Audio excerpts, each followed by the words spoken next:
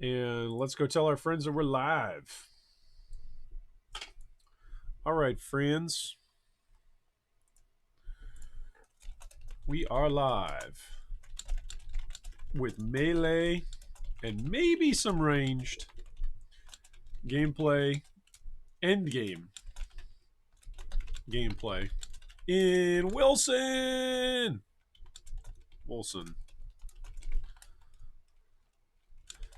Come join us for the memes, the bugs, the laughs, and the loot. All right. Laughs is not spelt with an E. Oh boy. There I go, failing first grade grammar again.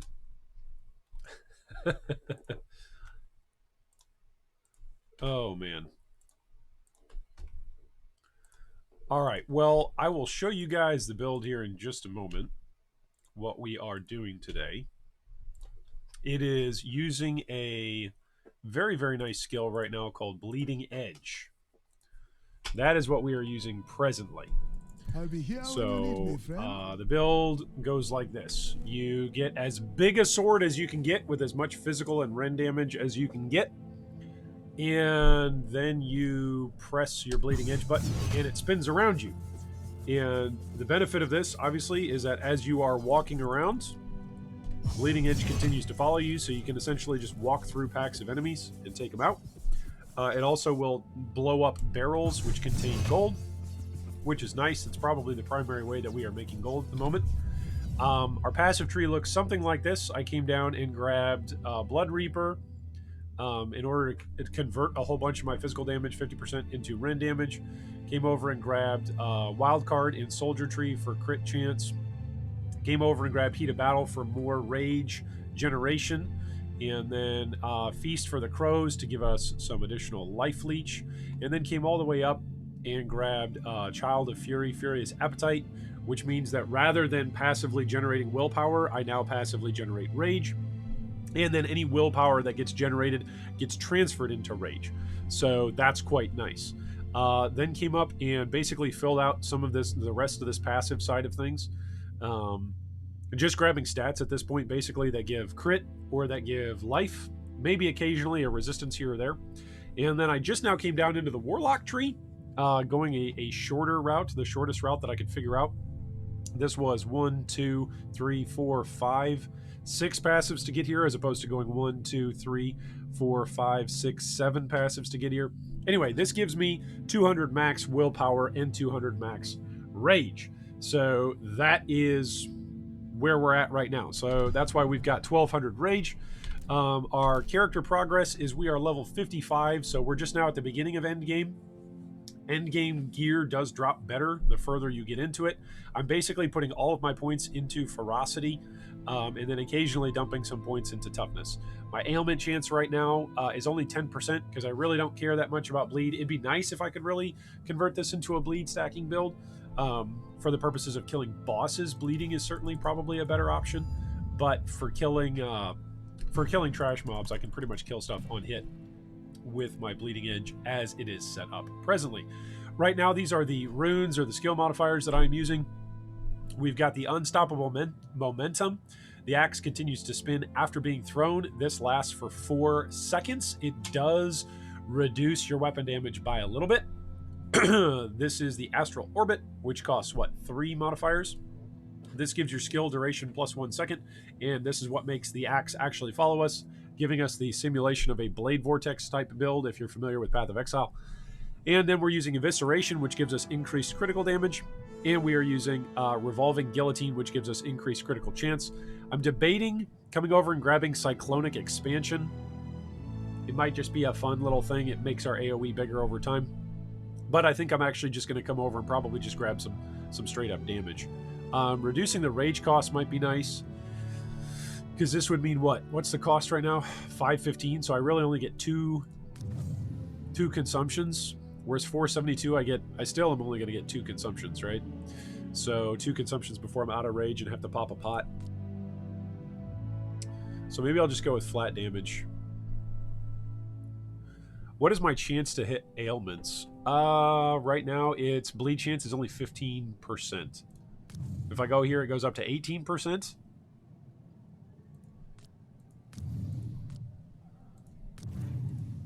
We'll just go with straight damage. Why not? Why not? I don't think my bleed does that much, actually, presently. Hey, what's up, chat? What's up, Icaros? Icaros says, after the last stream, I bought the game as well. Enjoyed it so far, but I just see no point in playing late game. I don't know. I missed the reward I have in PoE. Yeah, it's definitely different. It's definitely different in the end game. I'm actually enjoying this part of the end game, like building up your city, the champion of Stormfall mode. I think this is pretty cool right now. We've got 3 active projects that are about to go off. Essentially, this is a turn-based end game progression system, where every time you go out and you do a map, it essentially takes a turn and progresses whatever you've got over here in the active project section. Each one of these symbols is essentially a different building that you can have different projects going off of, that you can use your resources to build the city back up. So that's what the end game looks like. I personally have been enjoying it a whole bunch. Why is my health sitting at 30? Is that a visual bug? Maybe that's a visual bug. Yeah, no, I'm just at that health. I have no regen right now. Okay. That's interesting. I have 0 regen on my build. All right, what else was I going to check? I was going to check my damage right now. So my rend damage is a whole bunch, and rend has a natural chance to apply bleed on target. So 14.2%. It's pretty nice for bleed. And bleeds, I believe, can stack. What's my maximum ailments that I can do right now? Maximum is 10.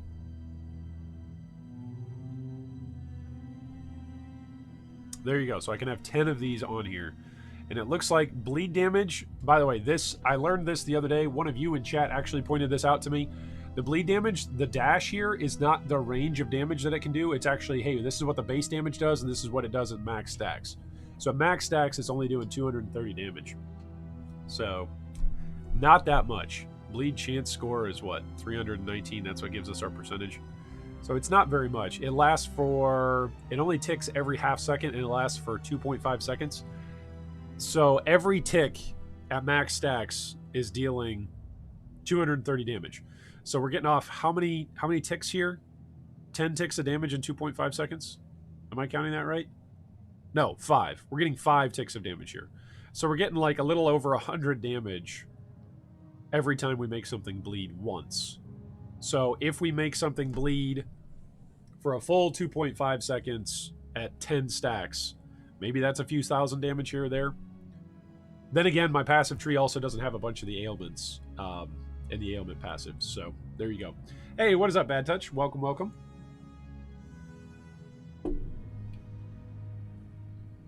I'd like to rant says there is another node that buffs rage by another 150. It's in the inner circle, purple tier, and the nodes leading to it are rage reduction and cost points. It's in the inner circle, purple tier.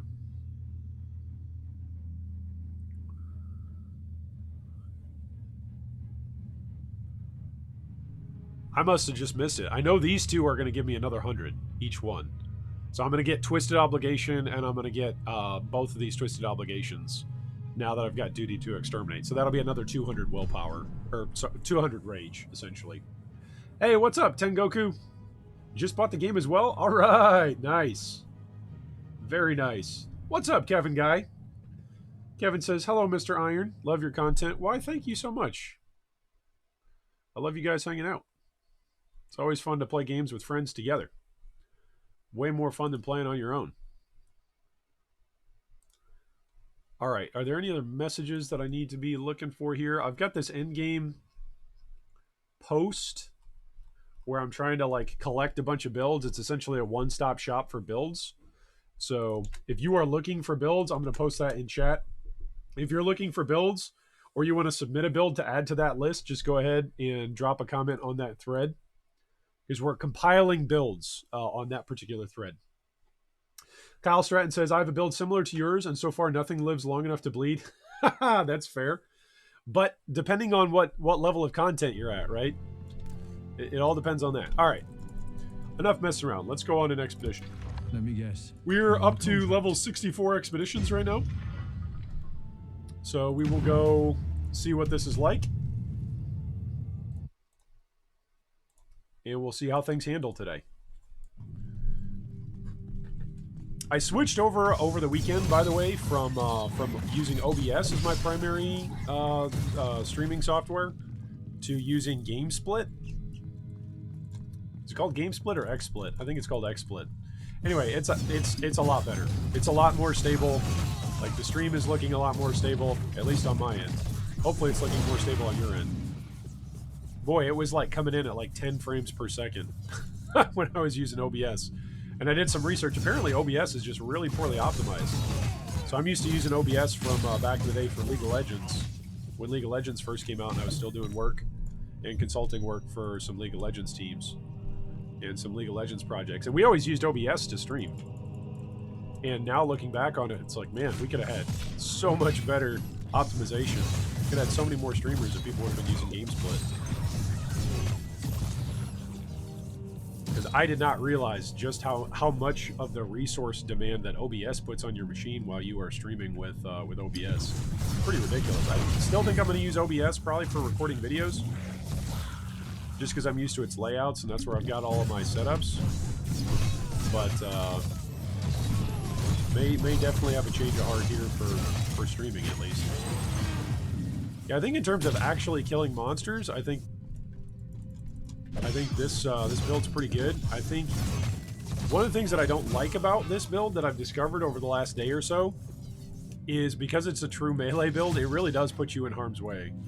Like, you do, because of the augments that we've got on Bleeding Edge right now, like there's another augment that you can cast Bleeding Edge on your cursor.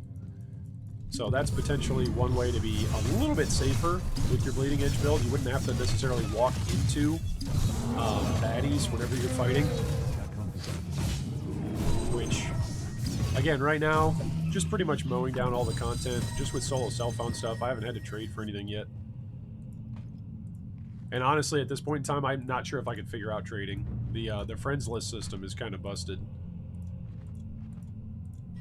And that's coming from me. You guys know how much I love trading in Path of Exile, so take it with a grain of salt. The trade in this game is far from figured out. Tenix Goku says, so this is the end game? Yes. This is the end game. So the end game is kind of like maps. It's almost like, I want to say it's almost like maps or Greater Rifts from Diablo 3, or if you're just familiar with Path of Exile, it's almost like Delve. It's almost like delving, where you don't have to spend any resources if you don't want to. In Delve, obviously, you do have to spend resources, right? You got to spend Sulfite in order to delve. But you don't have to spend maps, right? There's not that cost when you actually delve. It's just like an infinite, continually progressing thing. And that's what this seems to be. It seems to be an infinitely progressing thing that you can continue to mess with. What just happened? Did I just swap out my... Just swapped out my really good chess piece. Why would I do that? I was trying to do this. I already have that. Go away. All right, what are we looking for here? So essentially what happens is you go on an expedition there. You get 3 different maps, or 3 different zones, really, is what you get to fight in per expedition. And there will be 3 different boss fights that you've got. And you'll get rewards if you complete all 3 and you stay alive. At the end of each zone, you have an option to go back to town if you want to. So there's no portal system for you to port back to. Like right here, if I try to portal, it says you cannot use a town portal here.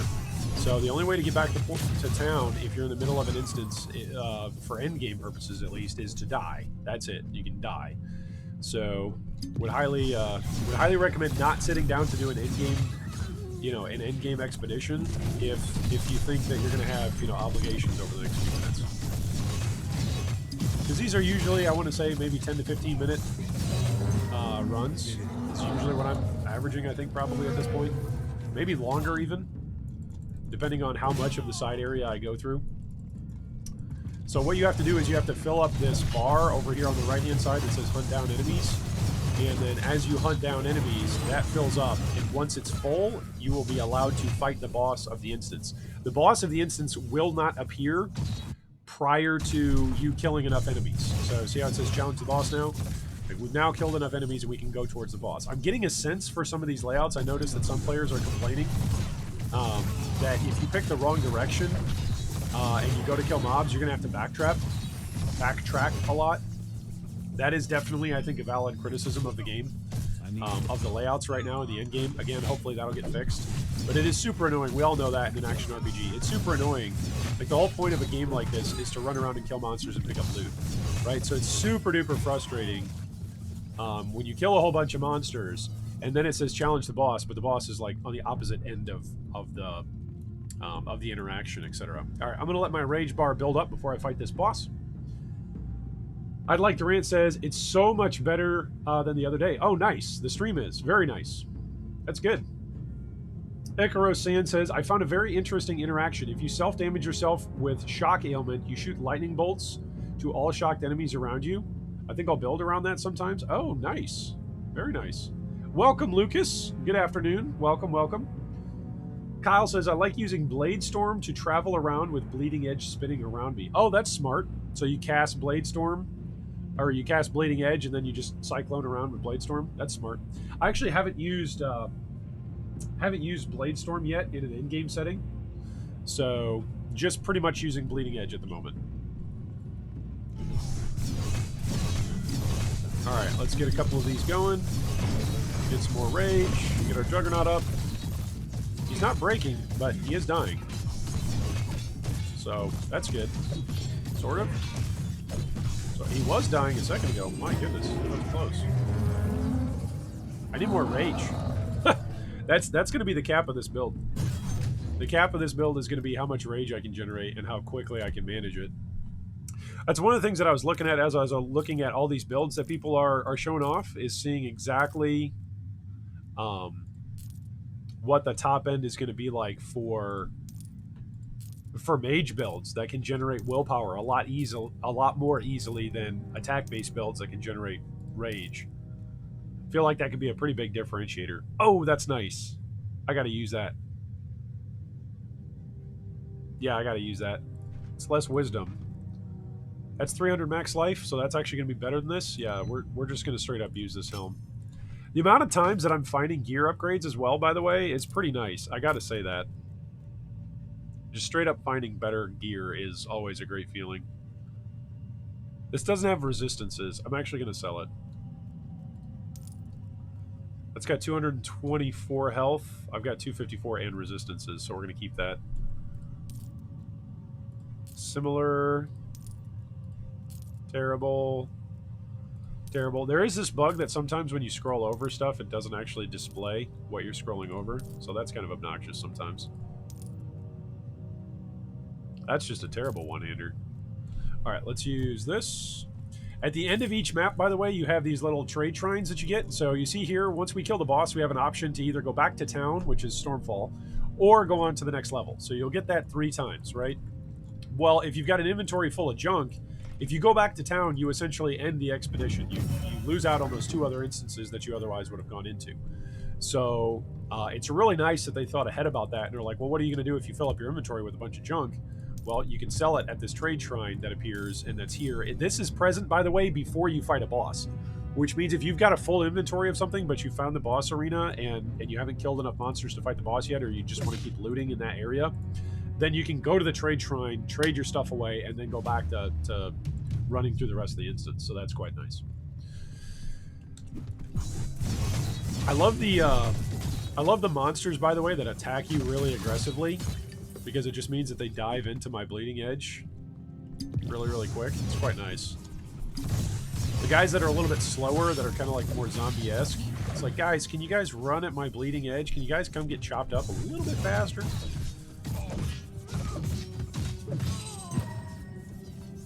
I think my sword is going to need...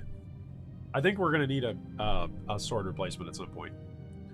I feel like the best and biggest boosts to damage that I've gotten thus far in the entirety of the game have not been passive nodes, but have just been straight up weapon upgrades. So in that way, it feels definitely like PoE or like Diablo 3, where it's like, hey, your damage is very, very dependent on your weapon. Now, that's just from my limited play with this one particular build. It could be that there are other builds that are more dependent on the passive tree, but that's what I'm experiencing so far. Also, breaking stuff, I think, is probably still the best way to make gold. Because a lot of monsters don't necessarily drop gold. Monsters can drop, like, rare items and stuff, but if you just want pure gold to drop, Then breaking breakables. Is that how you'd say that? Breaking breakables is probably the best way to go. Alright, I hope this isn't the way to the boss fight, because I'm not even halfway through killing monsters yet. Please don't let this be the way to the boss. I haven't had to backtrack too much, but I think there were 2 maps that I had to backtrack, and it was pretty awkward. As a streaming experience, I think it'll be pretty awkward. Or maybe less awkward, because I guess you're just walking over areas you've already been through, so you know it's safe, so you can interact with your chat a little bit more, but it doesn't make for entertaining gameplay just walking and not attacking anything. At least in my opinion. Yeah, those guys that jump, I love those guys that jump. Because they like charge up their shadow jump, and then it's almost like a charge dash from PoE. They jump through you, leaving behind almost an after image. Alright, is this the way to the boss?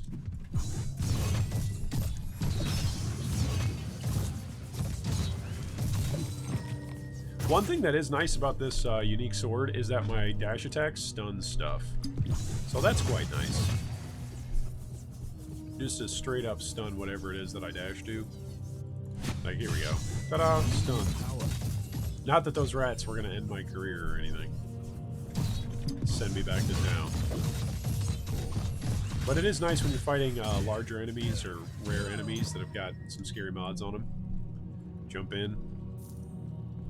Lead off with a stun and start dropping your bleeding edge. Okay, is this the boss? Or is this the Wandering Merchant? I like Wandering Merchant if it is Wandering Merchant. Nope, this is the boss room. Okay. Well, we can sell this crap. I took the wrong turn.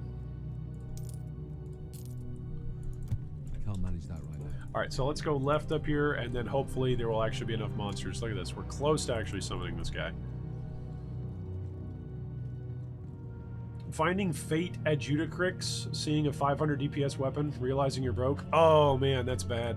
Yeah, that's bad. Once you learn the layouts, it happens much less often. Okay, that's good. So I just gotta learn the layouts and pay attention. That is good to know. Yeah, I feel like the layouts are not, like, overly complex. And, like, this one right here, this one's not a bad one. Like, to have found the boss down the wrong section, at least it's not that far. There was one that I found that was, like, the kind of like the wilderness layout, and it had, like, multiple circle branches to go down, and I had to pick which fork to walk down, and I picked the fork that was the wrong one. And then I had to backtrack. That was a bit of a bummer. Alright, he should hook me in.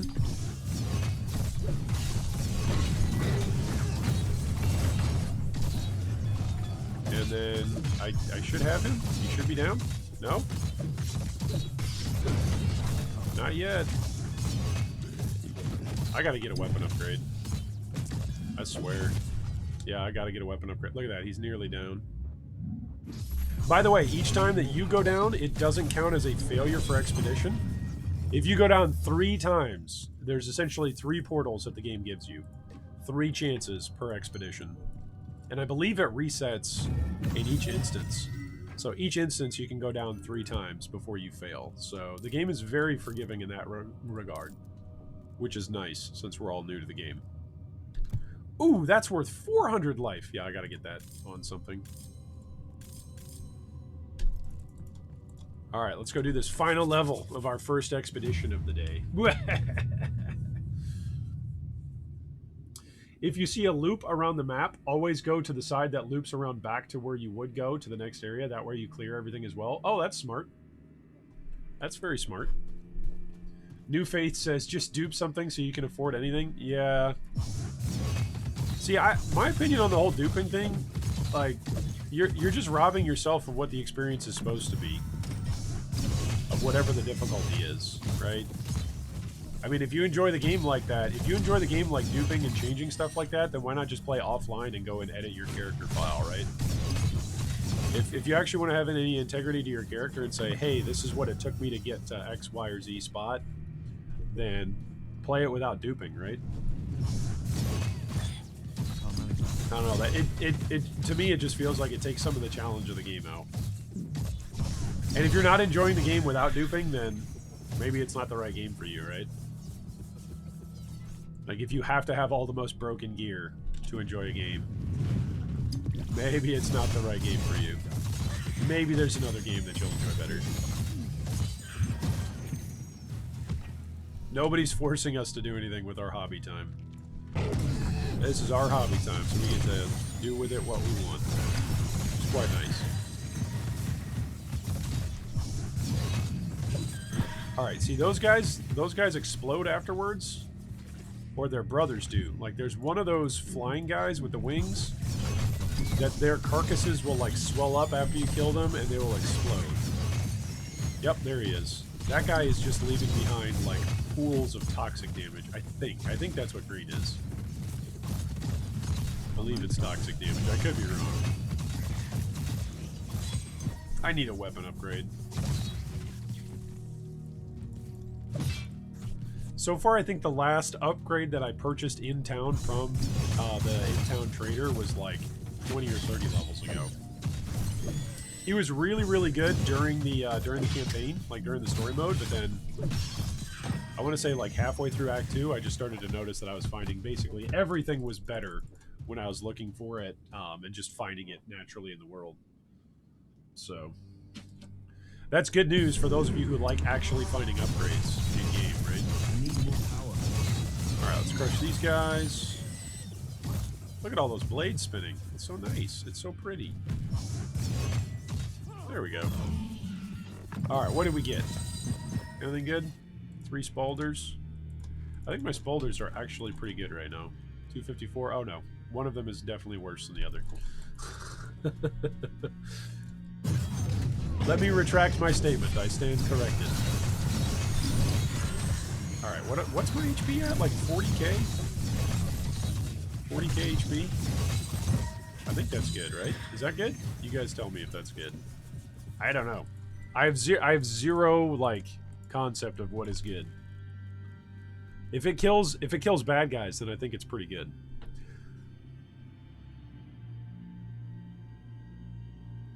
Ooh, 17% resource generation. So, when it says 158 elemental resistance score, does that mean there's also resistance on here? Let's just look. Let's look and test this. Where are my resistances? Here's my resistances. If I put this on, even though it doesn't have it as a primary stat, nothing changed. Nothing changed there.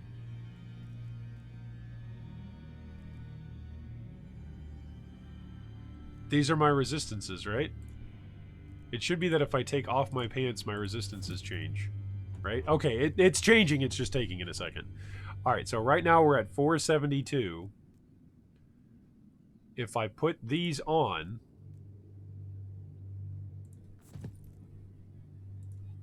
I just lose resistances. 864, 536. Oh no, my elemental actually go up by quite a bit with this. Duh, because this isn't all resistance. Whereas the pants that I'm wearing now are all resistance. Hi, I'm G3 Iron. I sometimes have trouble reading things. Okay, so this will boost my elemental resistance considerably. But I'll lose a bit of occult and I'll lose a bit of material. My elemental resistances are actually already pretty lit. I need some better material resistances, apparently. So maybe that's what we'll do with our next gem upgrades. Is we'll go with physical or occult resistances. Maybe that's why toxic damage hurts me so much. Just because I have terrible resistances in that regard. One of the things that I really like about PoE's resistance system is that it's a percentage, so you just know, like, hey, there's a cap, and how close to the cap am I? One of the things that's interesting about this kind of system is it allows for a lot more varying degrees of difficulty, right? Because there's not just a set percentage that you need to hit. So you can continue to scale up or down. Let's see if there's any bad guys in this side area. Kyle Stratton says, I'm only sitting at 11k health, but Bleeding Edge does 40 to 60k damage on average. Ooh, that's pretty nice.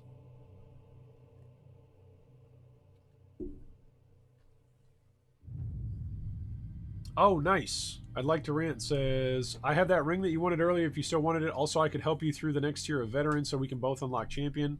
I still haven't gotten anyone to help. Okay, let's do that after this expedition. I don't know how we can add each other, but let's do that.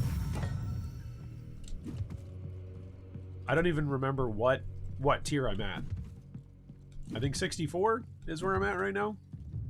I think that's what it was. If my memory is serving me well. As long as my dementia's not kicking in right now. Monster density? Where are the monsters? Oh, here's some. I feel like this is going to be a game where you're going to hit a point in the end game where there's just like monsters all over the place in the difficulty. Or what they'll do to scale up the difficulty is monsters will just have stupid stats. They'll just be so massive. Which that's some of the risk whenever you've got a game where you can have numbers go up this high. Like, what am I sitting at now? Like 40,000 HP, and I'm dealing like 51,000 crit. So, when damage goes up that high, it's gonna get a little silly. And I'm only, what, like a few levels into their mapping system? So we'll see what it's like when we get to like actual end game. Alright, let's pick these up. These are always good for purple. Purple stuffs. We need lots of purple stuffs as we upgrade our town. At some point, I may try doing a ranged character. One of the things that I like about this game is you don't have to level up multiple characters if you don't want to. You can just reset your whole passive tree because it's not, you know, character class based. You're not missing out. So that's quite nice. Just respec your passive tree, change up your items. Away you go with a new build. Of course, if you don't want to have to go through all that hassle, sure, you can just level up a new character. It only took me a few hours to level up online, by the way.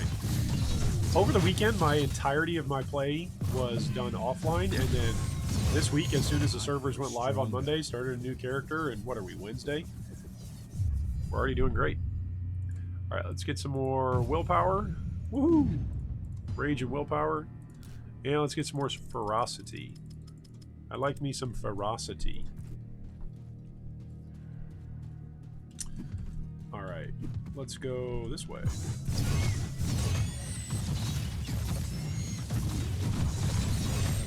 I think the other thing that mage users have as an advantage over melee is they have, I think they've got better travel skills than we do. Although maybe I'm just not using Blade Storm. Maybe I should just be using Blade Storm straight up. See if that still kills stuff. It probably will be worse on bosses, but let's try it. Where is Blade Storm? Let's try it over here instead of Galvanier, instead of my Flight of Galvanier. What level is this? It's only level 20. Ugh, I gotta level that up a whole bunch. Good thing I got the purple juice to spend on it. Jeez. Here we go. There's Cyclone for you. It's doing okay damage. The trick with that is the mobility that it's giving me. Whoa! Also, another thing, just FYI, you cannot you cannot use potions while you are unlocked in animation. So be aware of that. If you are locked into an animation, you cannot use a potion. So that is why sometimes you'll see streamers that are just like, what? I'm smashing potions. Why can't I stay alive? It's because chances are they're probably smashing other skills, which is then causing them to speedily die. There we go. There's our Cyclone getting a few kills. I feel like it hits a lot smaller. Yeah, it hits a lot smaller than Bleeding Edge. What, a single Bleeding Edge will kill stuff. I can't carry that. As opposed to just sitting there and spinning all day. Alright, so I'm going to say that that's the boss. Going up and to the right is probably the boss. That's just my intuition. I could be wrong. Been wrong before, I'll be wrong again. Look at Blade Storm leveling up. It could also be the fact that Blade Storm has got like 0 levels to it. Not possible. Yeah, that's probably the actual reason why I'm doing no damage with it.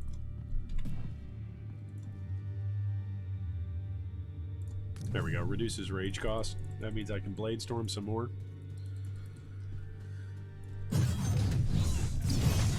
Into the boss we go.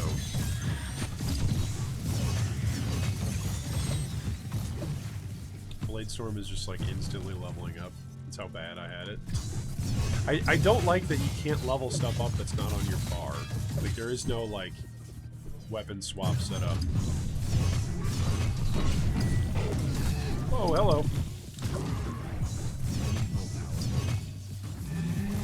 I'm gonna die here. I'm 100% gonna die here. No? Not dead yet.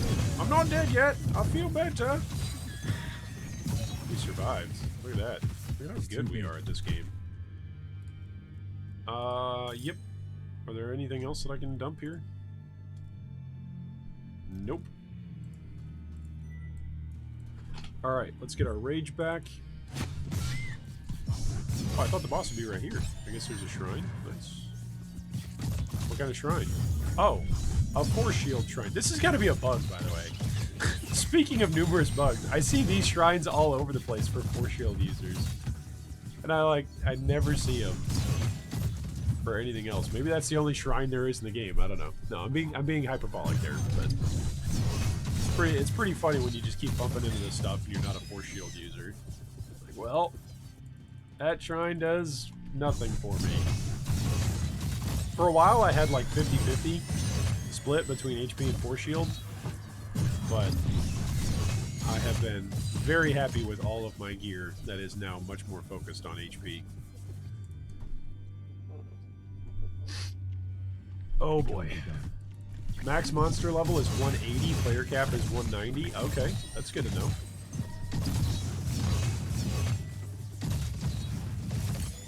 So really then the true end game of the build, or the end game of the game is like 180. That's the true end game. Get to level 90 and go farm 180s. By the way, if you're enjoying the stream, make sure that you hit like on the stream. If you're not subscribed, then welcome. Welcome to the channel. It's nice to have you in chat.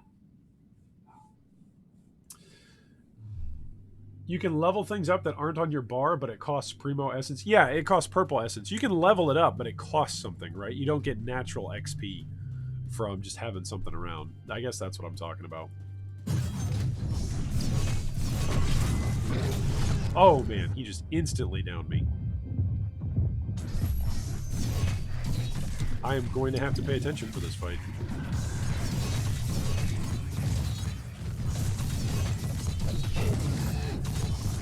Almost down. There we go. Whew.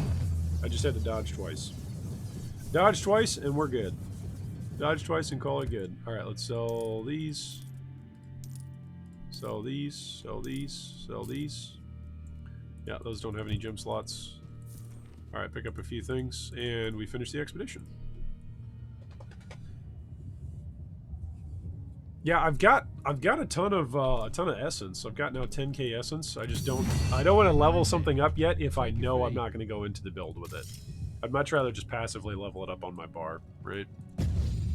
All right, so we came back from our maps, and this is what they say for our projects. Your seekers spent days sifting through the mountains of melted corpses left at Cordonon. In amongst the flesh, they were able to collect a veritable hoard of gold. The expedition did not sit well with a number of seekers, looting the bodies of those who have died in such a grotesque manner, with no burial or any such a recourse for their suffering. But then, their gold was not going to waste. Or their gold was going to go to waste, and far more unsavory types would have looted their corpses if Stormfall did not. Yeah, see, just justify it. Yeah, it's good that you brought money back. It's good. So this Seeker's Garrison, you can kind of passively send people out. Occasionally they will fail. I've had a couple of them fail, so just be aware of that. I can upgrade my personal vault. That's not what I want to do right now. I want to get all of this stuff. Crop rotation is working right now. Do we want to do planning committee? That's 50,000. I feel like there was another big one that I wanted to do. We're working on this one as well, so this one will take a while. I need more productivity is what I need. My lord, Transmutation Forge. Sure. What do you have I don't think I can do this. It requires a planning committee 3. Okay, so we'll do that. Let's go get planning committee 2. We'll start that project now. That'll be our 3 projects: crop rotation, planning committee 3, and then renovate refuge. Okay. There's those. What else am I doing? I'm going to sell this to Mojave. Greetings, my friend. How may I help you?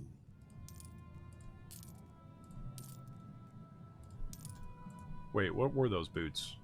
Nope, force shield. Nah.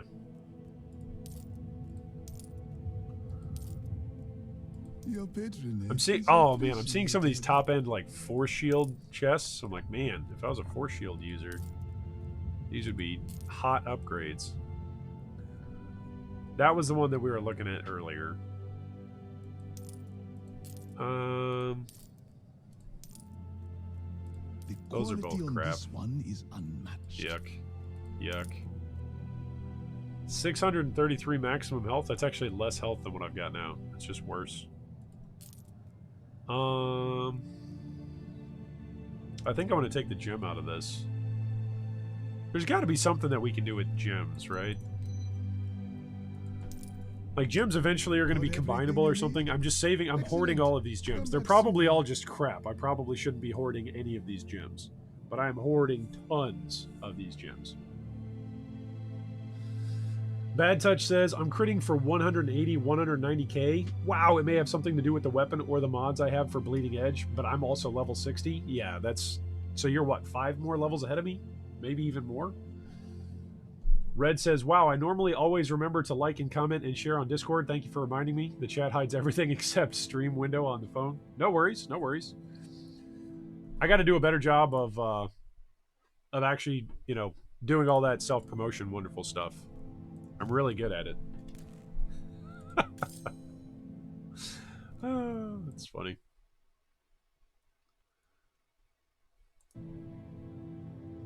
Oh man, stay safe, Tengoku. If the girl is calling, you gotta go. That is the time to go. There is no debating, no denying, no delaying. When she be calling, you be going. Anything can look better with the right gem. Alright, so let's save this. It's 250 life. I still feel like that's a big boost, but it's probably not. I should probably just sell this, right? I should sell all this stuff, realistically. Right? Like, I'm just keeping these as trophies, but I'm gonna look back and laugh and be like, why did I save this? That's what's gonna happen, right, guys? Reassure me that I'm making a good decision selling all this stuff. Oh, that one we're keeping, because that's definitely an upgrade. Especially for spell users. You have a good eye. I could roll this so it's got another socket, but I feel like I want to hang on to my money right now. Okay, let's put this crafting mat right here. Alright, so we got all the crafting mats. Feedback, though, the stream is crisp on the phone. Not even a new one, even. Very nice. I'm glad it's staying stable for you guys. 2 thumbs up. I think it's great that this XSplit Gamecaster is a legitimate upgrade to OBS, so I'm very pleased by that. All right, so let's see here.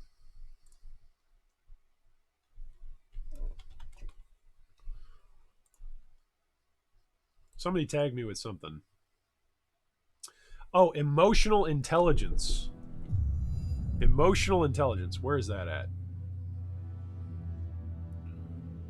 Right here. That's 150 max willpower and rage. What can I get on the way there? Rage cost reduction, willpower cost reduction, and all resistance. That's not that far. That's 1, 2, 3. I think I can do that. I think we'll get this one next, and then we'll come over here. I like that. Cost reduction is also good. I like it.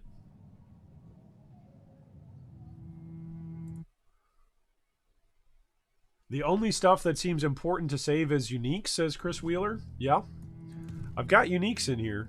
I've got the 4 uniques that I've found so far. Well, 5, technically, with the one that I'm using, the sword. It's good to me. Okay, like to rant. Where are you at? Let's find you. Do-do-do-do-do-do.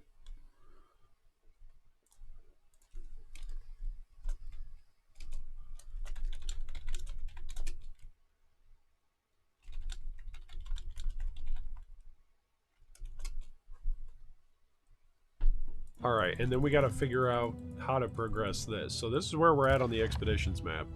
I'm at 67, I guess is where I'm at.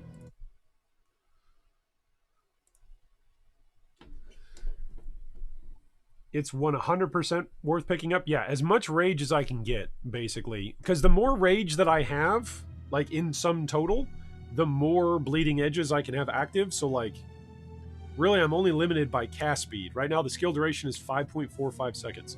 So as many of those as I can have up in 5.45 seconds as possible. If I can get 4 or 5 of those spinning axes up before I confront and aggro the boss, They would say be time the passes ideal quicker when scenario. you're old. So that way, when I actually come into contact with the boss, I just blow him up. That's the goal.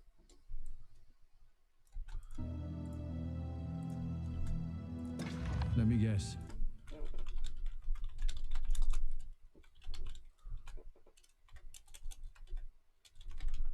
Okay, here we go. So we've now got our buddy added. Bad Touch says, yeah, I would say you don't want to unsocket the gems. The gems at this point, for me, are 400 max life for Defense 3, so just realize it's probably better just to vendor the gear with the socketed gem than spend the money. That is a good tip. Okay, do I hit this button? Player is in another game. Invite to group. Player is in another game. What is this error? Getting an error that we are in another game. Which I've seen this. I've seen a whole bunch of people complaining about multiplayer not functioning. So, Amzar says, this is an ambitious game, but kind of shallow. Sure, it's shallow. It just started. Other games like Path of Exile or Grim Dawn have been out for years. Absolutely. I think early on, it'll feel like it's a bit shallow, but then once you reach the late game, I feel like there's a lot more to do with your city building that you got to work on. And of course, there's always different builds to try out. So, Bill Norris says, oh, did you change to online? Yes, I am online. We're in the online mode. Okay. I'm in. Can I message him? I'm in main lobby. Let's see if that works. I'm just getting this error. It's got too few skills, and you've been playing since closed beta. Okay, that makes sense. It's got too few skills. Absolutely, there's lots of room for growth, including in this multiplayer error 605. Oh, still error. Oh, this is hilarious.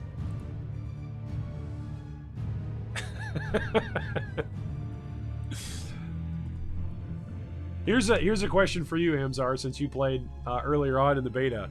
Was there trading earlier on in the beta, and did it work?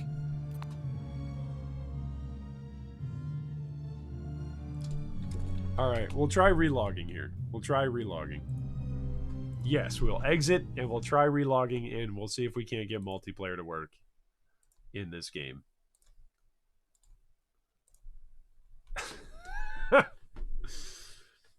Yes, so Bill, I did change to online. So over the weekend, I played offline exclusively while the online multiplayer was down, and played my way pretty much up to Act 3, I think, like to mid-20s, high 20s, late, early 30s in offline. And then once I knew where to go and how to progress, as soon as Monday hit and I had some time to play, I booted up the game and started playing.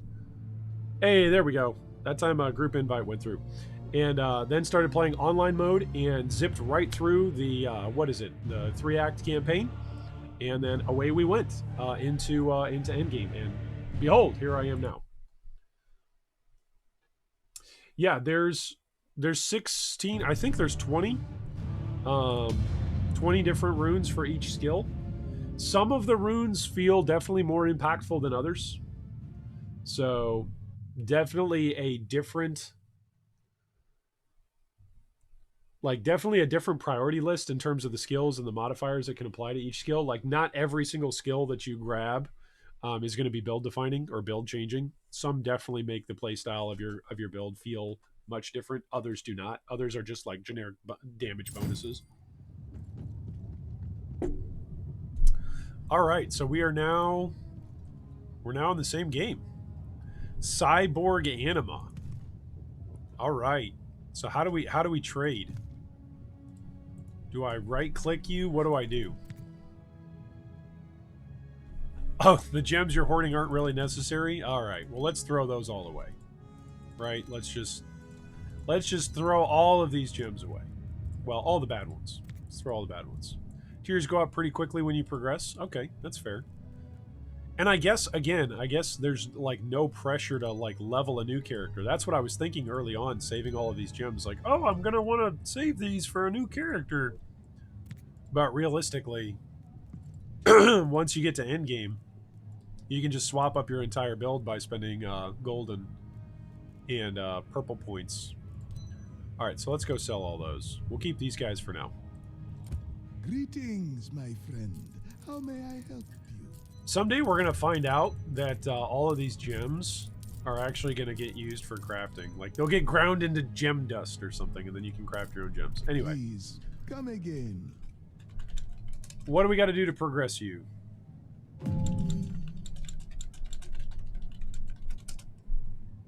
Alright, here comes a trade. What is my offer? I'm gonna you can trade points. I'm gonna trade you points. That's awesome. You can trade purple points. That's really cool. Alright, so here is this ring that's got 647 max health on it. It's got wisdom, it's got global life leech, and it's got rage generation on kill. Those are like all things in my build once. Totally gonna take that spot. That ring is absolutely garbage. A fine item. Thank you very much. You can teleport to people inside of expeditions. Oh, that's quite nice. That's actually quite nice. Amzar says, I just uninstalled PoE for good, so I'm hoping Wolcen can be a viable competitor. I don't expect D4 to have any depth. I doubt I'll touch PoE too. Okay, that's fair. Red says, from a Path player that started in December 2012 early access, people forgot how Path looked in 2013. Yeah. I do not forget. I started, I think, October of 2013, tried it once, killed Hillock once, and then dropped the game. Alright, so the next expedition should be 67. Yep. Contract. Give me a second. We clear all 3 of those portals, and it should unlock champion mode for you and me. Okay, so let's see if this works. Let's see how the stream handles and how the computer handles multiplayer. Oh boy. Oh boy. He's a spin to win boy. Holy moly, look at that move speed! Oh my goodness! I'm so jealous. Look at that move speed. That's all while he's cycloning. That's fantastic. Man, I guess I need to be leveling up spin to win, right? That's a lot of move speed that's built in there. That's a lot of move speed. I guess it helps that you don't have to stop to actually cast your damage, right? That makes a big difference. Man, rage generation on kill is so good. That's really helpful. All right, where's this tank? This tank is somewhere. Stun them both. Oh no, they're gonna kick us.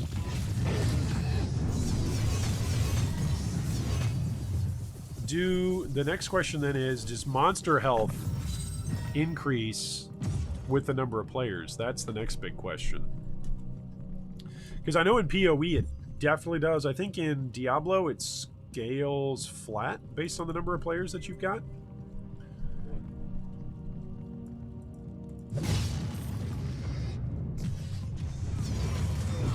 Man, that looks... Bladestorm does look good. And the cast speed on it.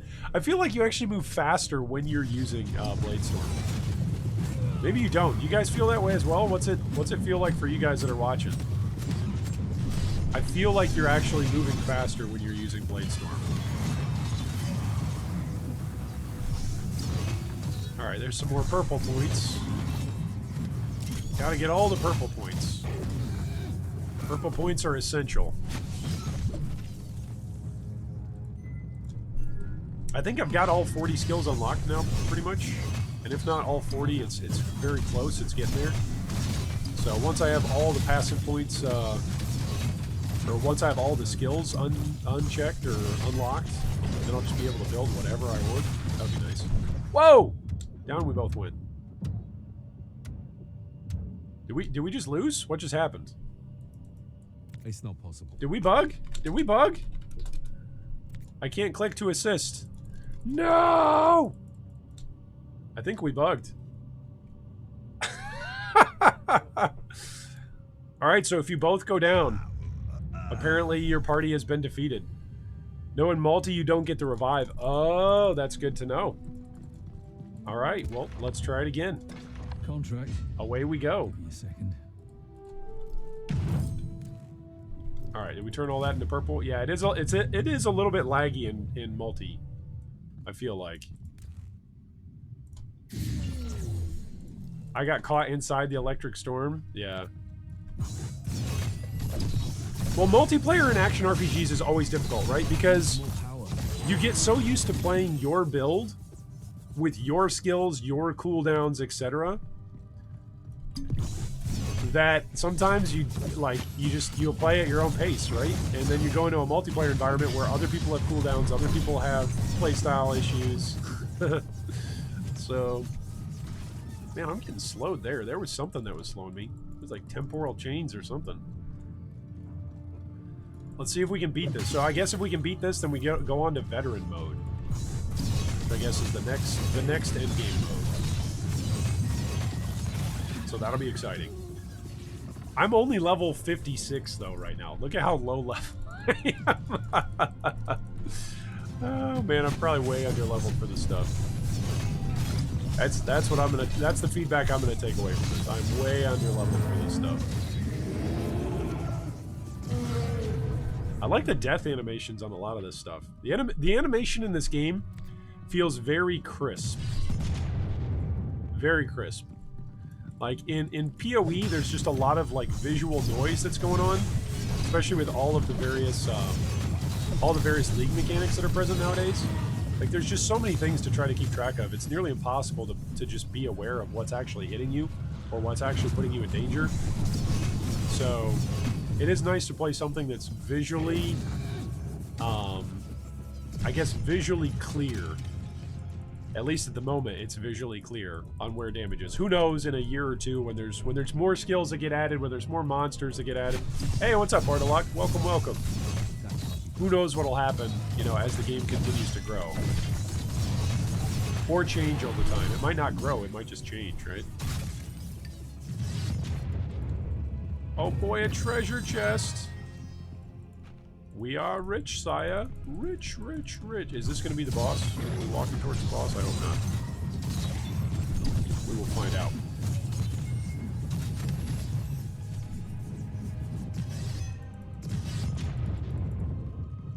Here's a side area. Do we want to go down the side area?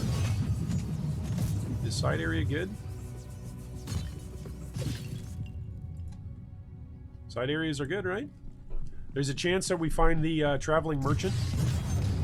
So that's always good. At least, I think 3 out of the 4 wandering merchants that I've found in maps have been out of these side areas, so kind of nifty. I think I should probably change to dual wielding rage pots rather than using life pots. Because this life pot really is only giving me, what, 1,200 life back? That's like 25% of my life back. That's not a whole lot. Whereas I'm going to die a whole lot more often because I don't have rage and I'm not doing damage to kill things. So side areas have extra loot most of the time and they count towards the progress bar. Well, that's nice. Extra loot is good. Extra loot and progress bar is very good. Alright, so there is a big bad guy up here. That's what these red skulls are on the mini-map. It shows you if there's like a unique enemy that you're going to fight. Which he is not to be screwed with. Holy moly. But he's broken now. He gonna die. Whoop! Speaking of dying. Speaking of dying. Alright, we did it! Another demon slain. Alright, this is not the boss. We're getting close to the boss, though.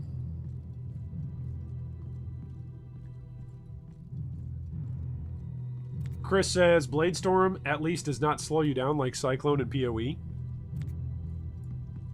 It makes sense. So at this level of dungeon, yellow mobs are very dangerous. Okay, that's good to know.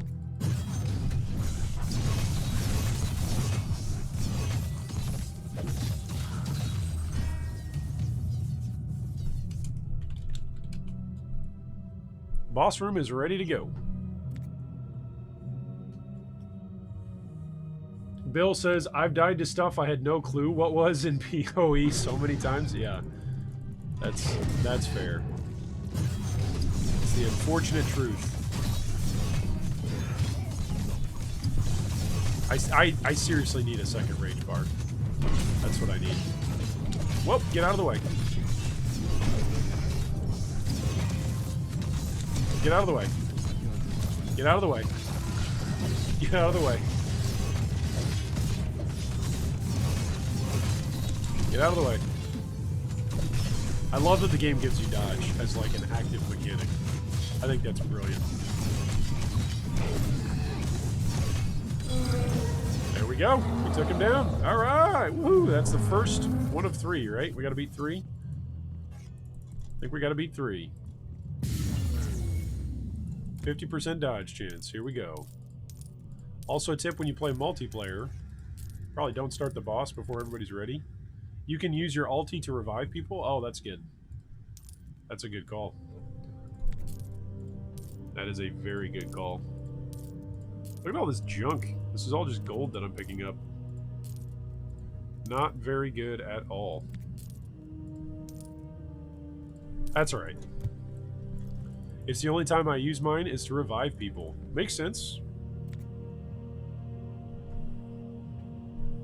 That makes a lot of sense. Alright, here we go. What is this? This is number 2, right? This is encounter number 2? Why is everything dark? Holy moly, this is like a underground setting. Who turned out the lights?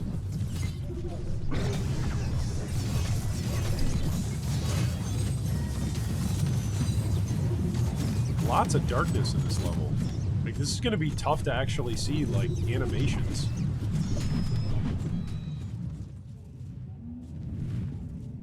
It's like actual difficult visibility. I guess that's one way to make things difficult on players in a game. Like, you just can't see what it is that you're fighting. That's one way to increase the difficulty. Oh boy. As Winnie the Pooh would say, oh bother. Alright. So these side areas have got good loot. They do count towards the progress bar, so that's quite nice. So I guess side areas are pretty much always worth it. That's the lesson I'm going to take from this. Side areas, worth it. Side areas are sponsored by L'Oreal for Kids, because they're worth it too, right?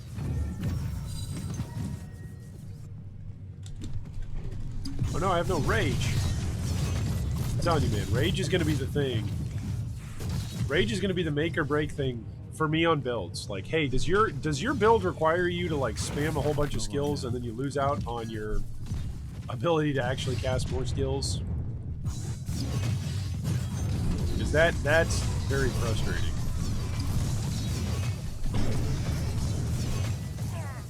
Look at all those blades. Woo! Lots of blades. Wow, look at all that loot. It's a lot of loot. Imagine what happens when they add emotes into this game. Oh my goodness. People are just going to be standing next to each other emoting as they're picking up treasure. Alright, we don't need to go this way. We need to go this way. We're about a third of the way through on this one. And then we will have the next game mode unlocked. Exciting. Also, I think at that point, 2 of my buildings will actually be complete as well. I'm a big fan of games that allow you to like have this like city builder sense. I love Civ games. I love SimCity games. So big fan of that whole aspect of the end game of this game. I need more power.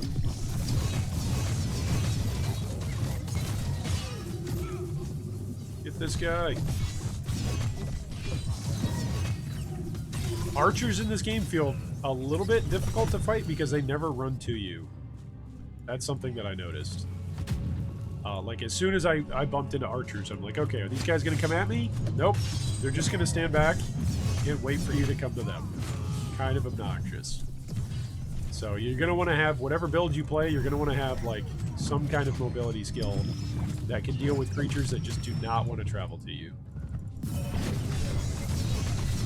Which I think is brilliant that they've added in with the auto attack, at least for melees. They've built in the auto attack dash, which is really nice.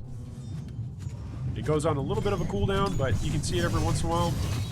When I actually go to auto attack something, it's one of the ways that I get into the fray. There we go. Just a little bit of an auto attack dash animation. It's quite nice. I think it would be great if you could figure out a way to do that in PoE. That would be immense for actually helping out melee to not feel so bad. Because I am perfectly willing to admit part of my motivation in playing a melee character in this game is that in my favorite action RPG, PoE, can't really reliably play melee to the extent that I would want to right now. It's not a gameplay style that's enjoyable for me. It doesn't mean that other people don't enjoy it. It just means for me it's not as enjoyable as it used to be in other games. Alright, let's go challenge the boss. Oh, level 57. Alright. I kind of want to level up, but I'm kind of standing in the middle of a whole bunch of baddies. Alright, let's get 100 more willpower. There we go. Get some more willpower before we go fight this rare. Get some more ferocity. What are we trading? Oh, nice. A second rage bar. TY. Let's put that here. Yeah, there we go. Now, with 1400 rage, I can cast 3 bleeding edges before I run out of rage and actually have to bar up. Look at that!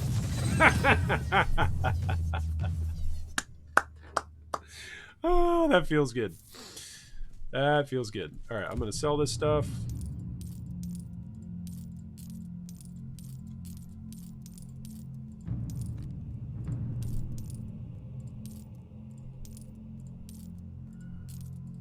Oh, what is that?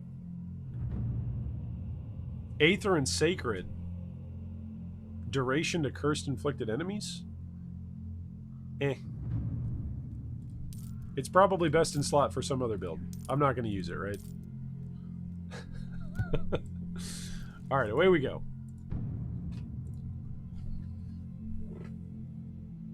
Lucas says, just main shield charge, movement speed becomes no issue. Yeah, that's true. Who was it that actually, somebody messaged me, I forget the name, so if you're in chat, please forgive me, give yourself a shout out. Somebody actually with a shield charge impale build actually just killed Cirrus level 8.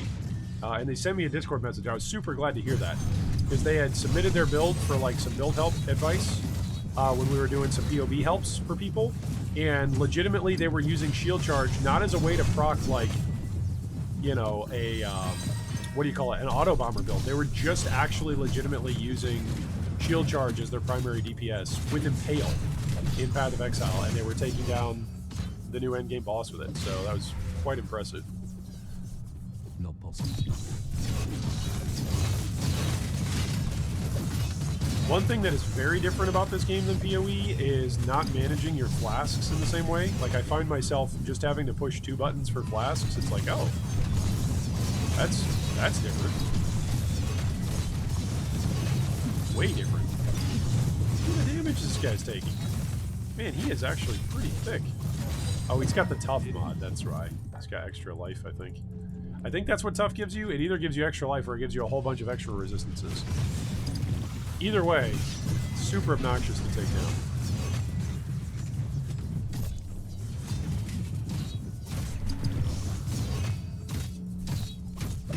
It's one thing that I'm enjoying about this game, though, is like you actually have to pay attention to the various mechanics of monsters, right? Because they actually have mechanics that can mess with your build depending on which monster it is. So, to me, that's enjoyable.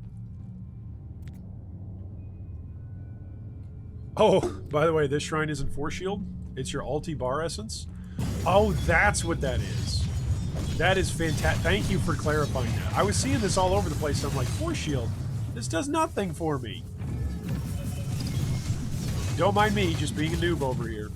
No idea what I'm doing. Learning a game is half the fun, if not all the fun. That is some good clarification there, Rough Daddy. So that would also be why it's never effective for me, because I never ulti. Although they did say in the patch notes this week that they are going to buff, ultis. Buff their damage, I think, like 60% across the board. So we'll see. Because whenever I ulti, I just feel bad about being in my ult form. I'm like, oh, could I please actually get back to my build that has like skills that are leveled up for my build? Oh, Lucas, it was you! There you go. Bada boom. Well, shout out to you, Lucas. Killing Cirrus with a shield charge build. That's some legit build right there. Yeah, hopefully in the future it'll be worth using. The trick with like any sort of like timed ability like that, I feel like, is that it's either overpowered or it's useless, right? It's either overpowered and you always want to be in that form, and the entire build is built around being in that form, like Whirlwind Barb, when that was a thing in Diablo 3, where you were essentially always in your transformed form, and if you weren't in your transformed form, then it was basically a waste of time. So you just like tried to build such that you were always in your transformed, version of yourself. Whereas in this game, it's the opposite. It's like, oh, if I would transform, that would actually be a detriment to my build. So I feel like it's really tough to balance stuff that allows your character to transform and have a new set of skills. It's just tough. It doesn't mean it's impossible to do. I think it's just tough. It's kind of we see it a little bit in PoE with ball skills, where there have been a couple of times during the meta where ball skills were just way better to have up all the time. And so players were using things like Pathfinder in order to keep ball skills up all the time. So it's not a problem that's unique to Diablo. It's not a problem that's unique to even the action RPG genre. I would say even in MOBA games, right? Characters like in League of Legends, whether it's Nidalee or Elise, right? If there are characters who can transform, it's always tough to balance like one version or one shape of your character into another. So it'll be interesting to see how PoE addresses that with shape-shifting in PoE too. It's one of the things that I'm very, very hopeful for. Oh, he's going to imprison us. Rip. Rip. Okay, so as soon as you bump into this guy, by the way, I'm going to say this. This guy has actually constantly killed me pretty consistently. So when he disappears off the map, he does like a grip move where he will just straight up hold you. I actually was doing this last night or the night before, where the night before, I think, did this actually progress or no? No, it hasn't progressed because we haven't finished it. What do you... No, it must have been last night, because last night was when I was in Endgame. So, when I actually got to Endgame and was doing these maps, as soon as he grabs you, I recognized it, and so I popped my ulti form. I'm like, nope, you're not grabbing me. And my ulti form wasn't going off. It must have been a bug, but I was sitting there encapsulated. My ulti form essence went all the way to used, but I didn't actually transform, and then I was dead. So I didn't have my ulti when I rezzed, and like I was still knocked down for one whole segment. So, or I lost a token. I lost a revive token or whatever. So Thank you very much. yeah, if we see that mob, I'm going into ulti mode when he submerges. Yeah, pretty much. Like as soon as you see him off screen, you just smash your ultimate button, because he is trouble. All right, let's sell this. Why did I pick up a base white ring? That's funny. Yeah. Definitely getting a lot better definitely getting a lot better gold generation. Like as we're scaling up, like if you're having trouble with gold generation at whatever level you're at, I'm sure it will scale up as you continue. What is up, Kirky? Welcome, welcome. D'Artagnan says best use for the ulti is the invulnerability for reviving allies. Yep. Simbi says I so want this game to be great. Do you think I can play Wolcen one-handed with a gaming mouse? I'm sure you can if you set it all up. As long as you got enough buttons. There's not a terrible amount of buttons that you have to get. Like, what is it? 5? Is it 5 skills plus 2? Yeah, 5 skills plus 2 flasks. Plus your ulti. So what is that? 8 buttons that you need? That's most gaming mice have like what? 12 to 16 buttons on them. That should be plenty.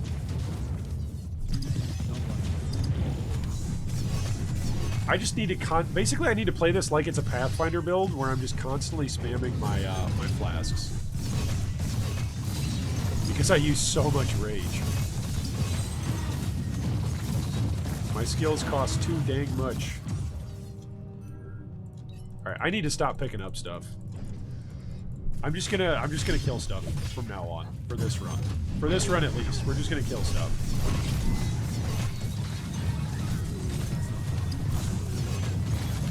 Just kill stuff, worry about picking up stuff after we unlock the next game mode. Find boss, kill boss. That's our objective. Spawn boss, find boss, kill boss. There we go. That's the proper order. Yeah, these guys that like Shadow Dash, I like it because when they're Shadow Dashing, if you have your bleeding edge up, they will Shadow Dash through your bleeding edge and just kill themselves on it. So it's a nice little aggro. Like, hey guys, come at me. What? Why can't I move here? You see that? You see that? That was a step. I can slay demons, but I cannot climb stairs. Go this way? Go that way? Gold Scarab? Up there? Okay. Let's get him.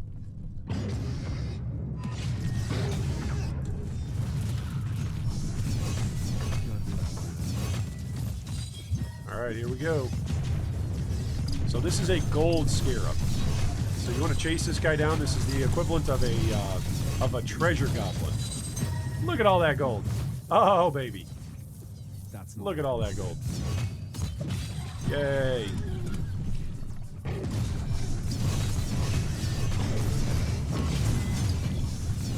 Oh, he was broken from the get-go.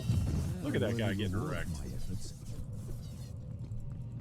Also, if things annoy you about click radius in this game, I gotta let you guys know, the click radius on picking up loot and on attacking things is, to say is bugged would be generous, because it seems like it's pretty consistently just bad across the board. Like a lot of the times you'll click somewhere and it's not actually where the game thinks you're clicking. So just be aware of that. Sometimes like your movement marker will show up at a spot that's completely different from where you otherwise originally intended it to go.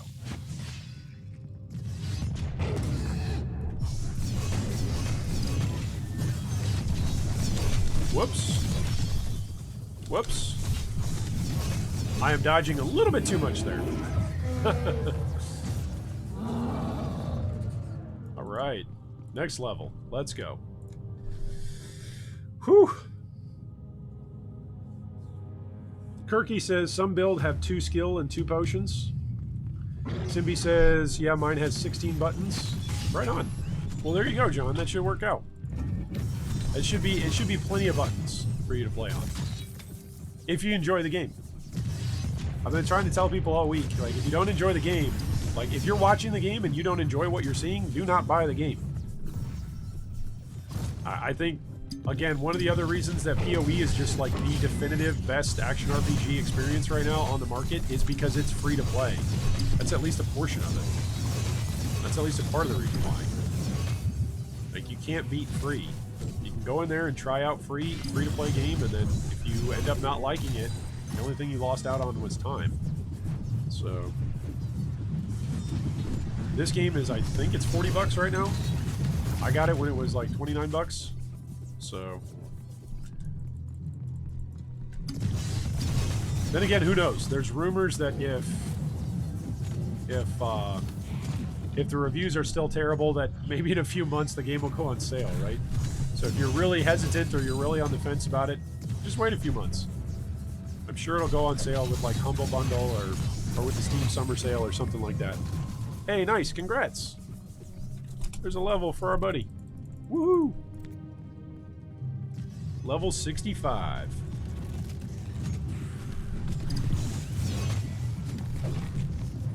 Alright, let's go into the side area.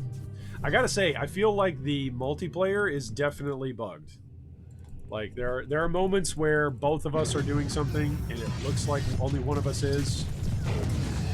So, that's definitely a thing.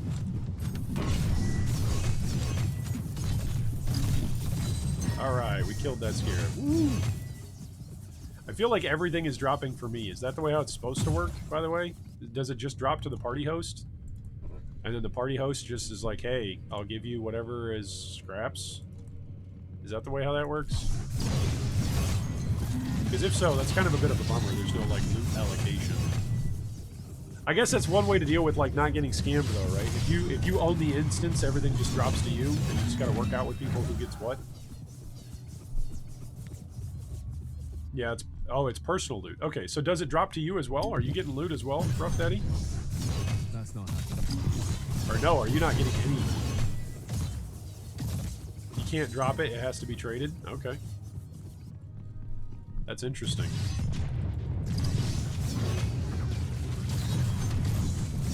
I wish this Warpath skill, I wish I could have it go on a much lower cooldown. Oh, you get loot too. Okay, so in multiplayer we both get loot. That's good. That's encouraging. I was worried that I was the only one pulling loot here. But that's interesting. So, like, the game essentially has two different versions of the game that are being displayed simultaneously, right? It's got your version that drops your loot, and then it's got my version that drops my loot. That's kind of interesting. Or I wonder if the loot drops in both versions, but it's just actually invisible and not interactable with the other person? I don't know. That would be interesting to listen to a lecture on how that works. On how generating items for different players and different accounts works.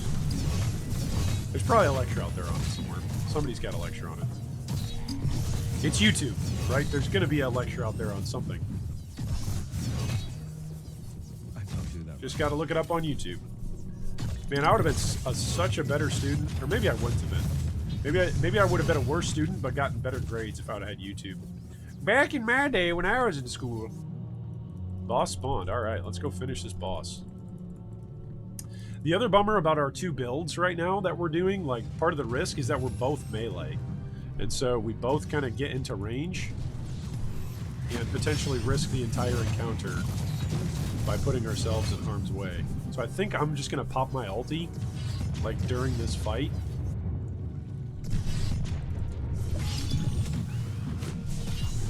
Just so that way we don't throw away another attempt. So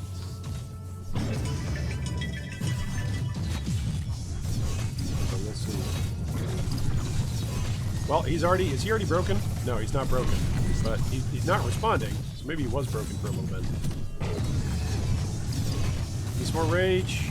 Yeah, I don't need to ulti. This guy's going down. There we go. Alright, last level. Let's see if we can do it. There's some loot. Here's the trade shrine. Get rid of some of this stuff. Was that good? No, wasn't good. Why was I looking at it? Why am I wasting time? Okay, so if we want to play it safe... What's Rough Daddy saying? If we want to play it safe... Oh, wait, those were good. Those are 500 health? Yeah, those are way better than this. Let's do that.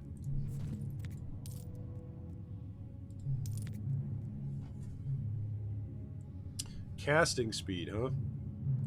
And maybe I'll keep that. No, I'll sell it. Okay, so if we want to play it safe, we can do the cast at cursor version for next level. It's up to you, or I can run it. You can run melee rage. Yeah, that works. I'll go melee. I'll use ulti, I guess, when need be. Alright, so he's going to change up his build so that way he's casting on cursor. Kirky says, are you using a shield? No, I am not using a shield right now. I am presently using this two-hander, which gives me 241 to 379. for my damage, and all of the damage is either physical or rend, so that's really, really good for my build because I took a passive that is called Gods Amongst Men, and it gives me plus 50% material damage, but I only can deal material damage, so I can't do elemental or occult. And then I've got Blood Reaper, which is 50% of physical damage converted into rend damage, and then I'm scaling up a whole bunch of rend damage. So that's what I'm doing here. It'd be nice if I can actually eventually use a shield, use a one-hander, but at the moment, the way how things are scaling, I just have never found a one-hander that is sufficiently comparable with two-handed damage in this game. Like, two-handed damage is just straight up better, like, in this game. That's just what it is.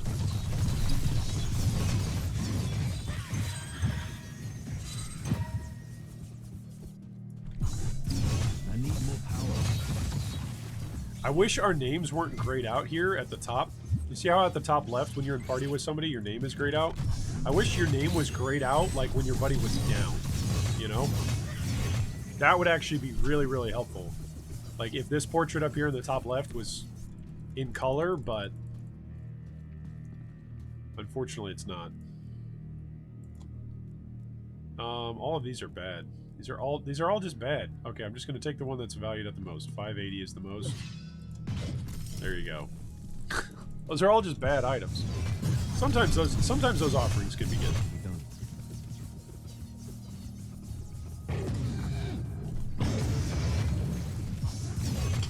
Ooh, that's nice. So he must have cast on cursor, and then the axe also gets larger over time.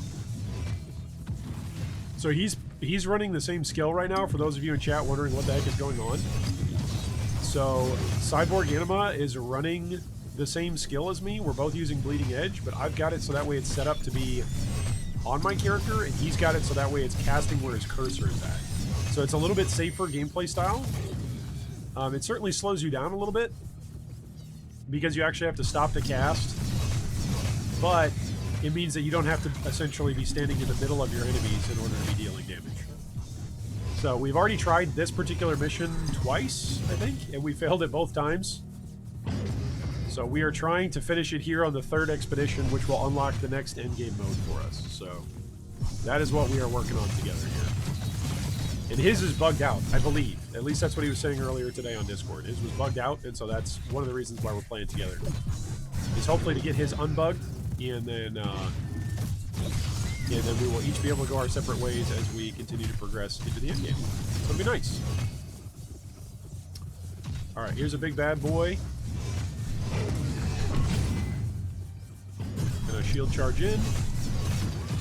Whoa, hello. And down he goes. So minions in this game, or monsters in this game, have this thing called broken, and if you break them, essentially if you do enough damage to them, they're basically stunned. So if you can do enough DPS really quickly to a boss or towards an enemy, like, you can just break them and they won't be able to do any of their animations.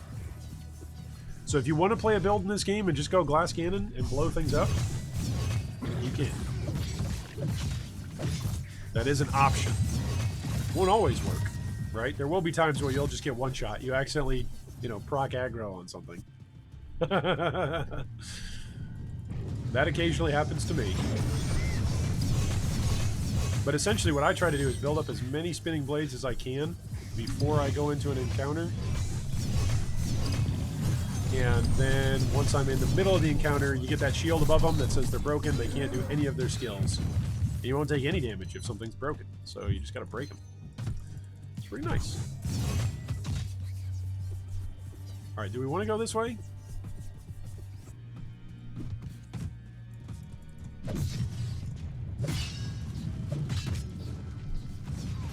I feel like early on in this game, as you're learning it and playing through it, like in the first act, it's like any action RPG, right? In the sense that you don't have all of your skills available to you, you don't have all of your uniques that you need, you don't have all of your passives that are up, right? So your build is going to feel very, very different, and the gameplay feels very, very different when you're reliant on things like your auto attack versus later on in the game when you actually get to use, the spells that your skill are actually built around, the spells or skills or attack that your entire build is actually focused on. So I do say that. I just like to let people know that. So like if you're playing a build, you know, in the early acts, you're like, hey, why doesn't my build look like so-and-so's build that's on stream or whatever? A lot of the time it's because you don't have the same setup that they do, right? Path of Exile is notorious for that, but this game also, it looks like, will also be notorious for it. Alright, now we can loop back towards the boss.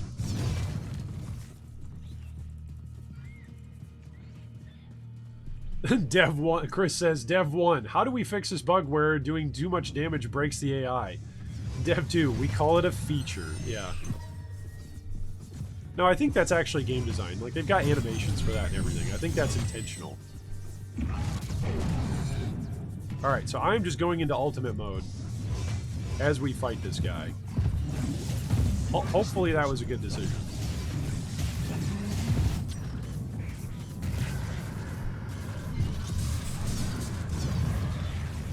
Maybe not. Maybe it wasn't a good decision.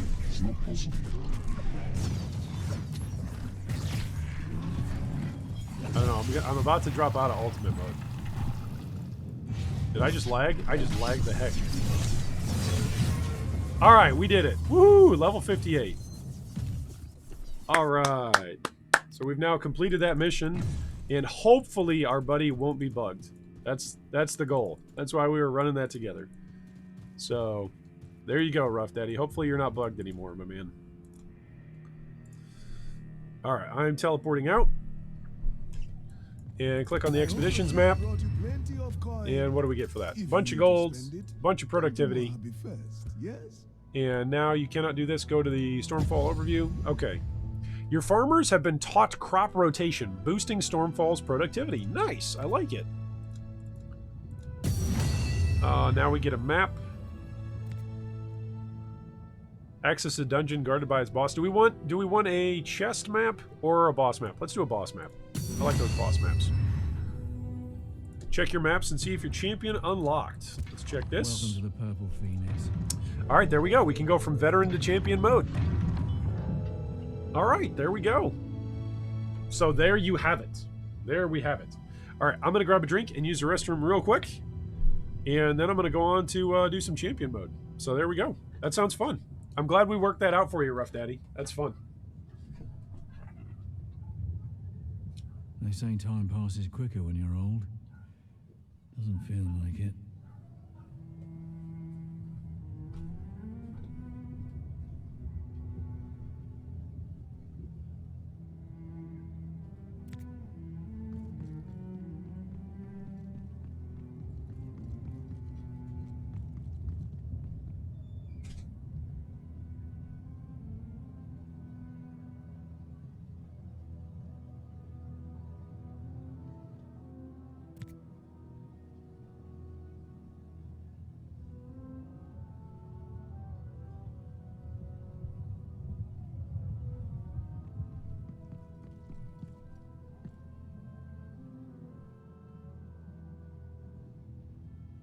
No need to read the small print, you know the drill.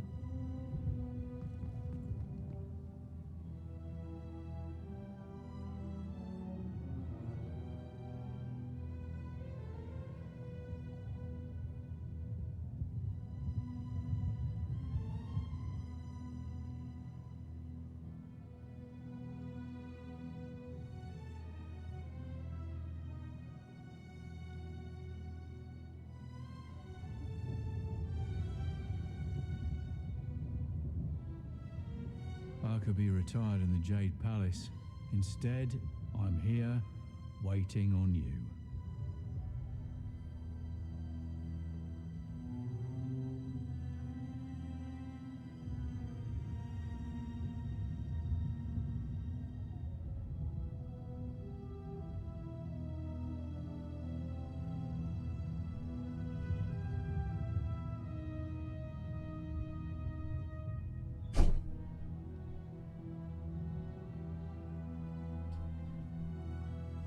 Back in my day, I'd have done 2 contracts by now. Whew. All right.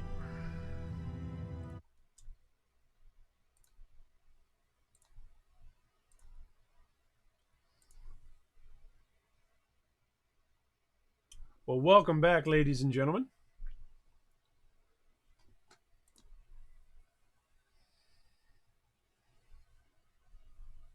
Welcome back. Hopefully you are not an old man like me. But maybe you are. Maybe you are an old man like me and you needed a bunch of bio breaks. Maybe that's the way how that goes. Are those better than you? Not at the moment. TY though.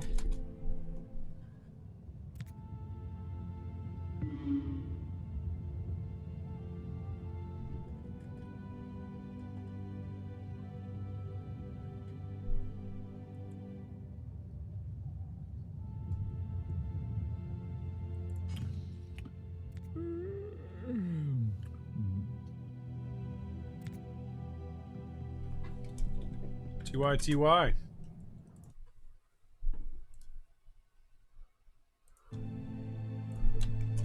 Yeah, weird. I'll have to see if this works.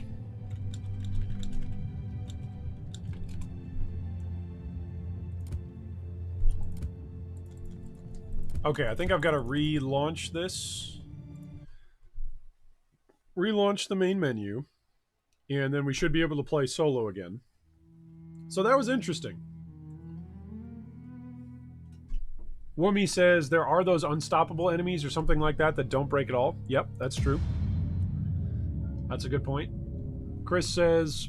Oh no, Woomy says, I remember activating this ultimate a few times and feeling like it was a downgrade to my DPS. Yes, it is. It is. The benefit of using your ultimate is just that you don't take damage. Right? Your character truly doesn't take damage. So the reason why we used it there is because we had failed that expedition twice before. And we were trying to defeat that level 67 expedition to open up the next tier of endgame progress. So it should work now. Welcome to the purple. So there's veteran, and here's champion. Take your time. I'm going for a nap. So I don't know what champion is going to do, but we'll find out. We'll find out if this is just like everything else. It's just a new tier of instances with more damage, more monsters, etc. Man, I really need an item upgrade on my weapon. Mojave, you got anything better for me? No, like 300 is your top DPS right now. That's a bummer. I've got all this crafting stuff. Rerolls all magic effects when used on an item. It will consume all socketed gems to guarantee a magic effect whose power depends on the gem's level and whose type is randomly chosen among all the types of the gems. Okay, so that's the reason why you keep your gems. Is because you can craft using these things. That's why. Oh, and this can be used on legendary items. Okay, nice. So if you get a legendary item that's got sockets in it, that's how you can craft with it. The Rend ultimate is quite good. Yeah, that's the other ultimate that I've got unlocked, I think, on this character. Is this guy? Yeah, this is the guy that I've got unlocked, but you have other points for it? I don't know. I think the ultimate is just pretty much... like, pretty much ho-hum when you're actually in it. Rough Daddy says, you should reroll the gems on your weapon to have at least one tier 3 for a crit damage slot. Reroll the gem slots, I mean. I've got one for bleed ailment. That's what I've got. But I'm really not bleeding that much, so I shouldn't use it. So let's actually do that. That's a good call. We should definitely upgrade our weapon. Let's get more points into ferocity, because that's more damage. And we're all about the damage, baby. Alright, I don't think on this, actually, I can resocket these. I think that's why... Yeah, you cannot reroll item sockets on items where the sockets are locked. So these are locked for whatever reason. I guess uniques... Uniques you can't reroll, I guess. Or maybe they require something special in order to reroll them. But I definitely don't want to be using the bleed, and I've definitely had a couple of gems drop that are better than this. So, like, for instance, this is just 2 more rend damage, so that's a possibility. That's even more rend damage. Yeah, this one's a tier 6, so this one's better. These are both tier 5s. Tier 5. This is a tier 7. Oh, I should use both of those. Tier 7, that's burn ailment. Burn ailment. That's physical damage on attacks with this weapon. So is it better to just do plain physical, or is it better to do rend? I think it's better to do rend.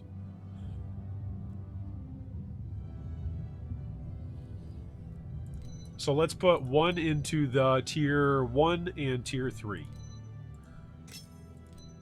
Let's try that. See if that does anything. And then the tier 2 slots are just for spells. I don't like that the way that they do that. That it's like, oh, you have a slot for spells and a slot for attacks. Yeah, I don't like it. Chris Wheeler says, young man, you should stop calling yourself an old man. All right, sorry, Chris. Didn't mean to offend you. All right, so let's go do this map. Let's go see what this map is like.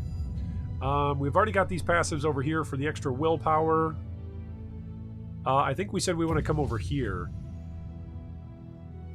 Right, to grab this. The emotional intelligence of the scholar. Yeah, that'll be another 150. So right now we're at 1400 rage. That's good. I want more rage. All right, so we're going to try this. This is now the veteran version. So these are level 70 monsters. That is presently what we are engaging with, is level 70 monsters while we're level 58. So I'm fully expecting to get one shot a couple of times here, at least.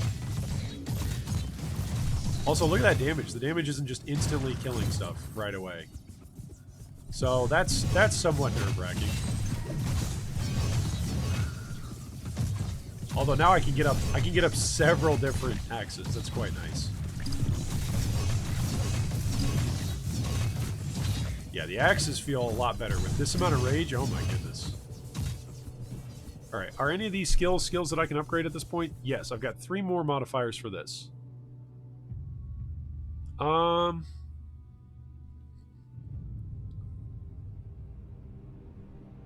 Where is it? Increase AoE? Nah, we don't want to do that. Increases rage generation. There we go, because we can kill people with this, and then increase attack speed. Yeah, let's do that for Bladestorm. We'll just keep leveling up Bladestorm. Oh no! Rough Daddy says his didn't unlock. No! That's terrible. Check Reddit for a solution or the official forums. A lot of people are finding official workarounds, like legitimate workarounds for a lot of these different bugs. Like I know for the stash tab bug, there was a workaround. For the character progress reset, there was a workaround. For the multiplayer reset bug, there was a workaround. So, if you are bugged out while you are playing, just keep looking around for answers.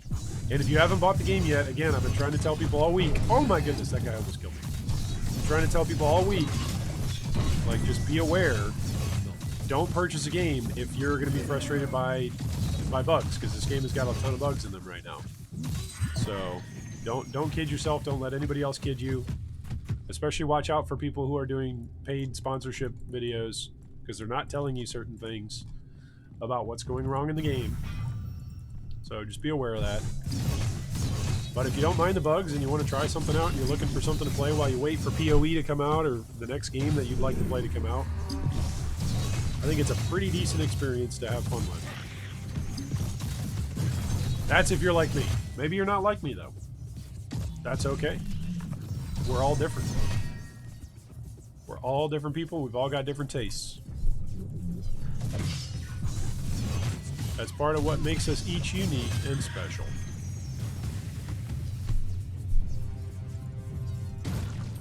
Alright, so it's definitely longer in this mode to kill stuff, because look at this. I'm like a third of the way into even a screen.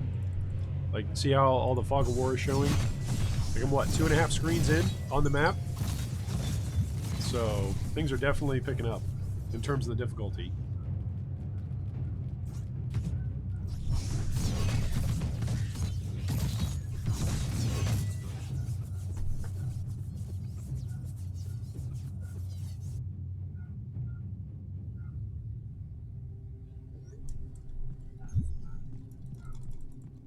Oh, here's a boss, so we can come up there and kill a mini boss. I don't know what to call these guys. What are they called? Are they called like uniques? Because he's not yellow. Like, his color is blue, so I would just naturally call him a magic monster, right? That's normally what I would call him. What do you call these guys with the skulls that show up that are blue? Because there are some guys that are yellow and there's some guys that are blue.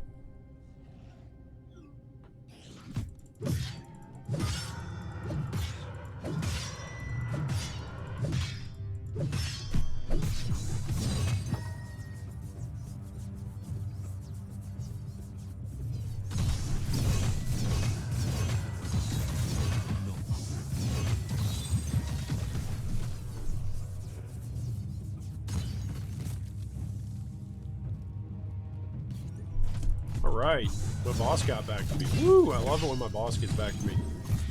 With clarification on projects. Always a good thing.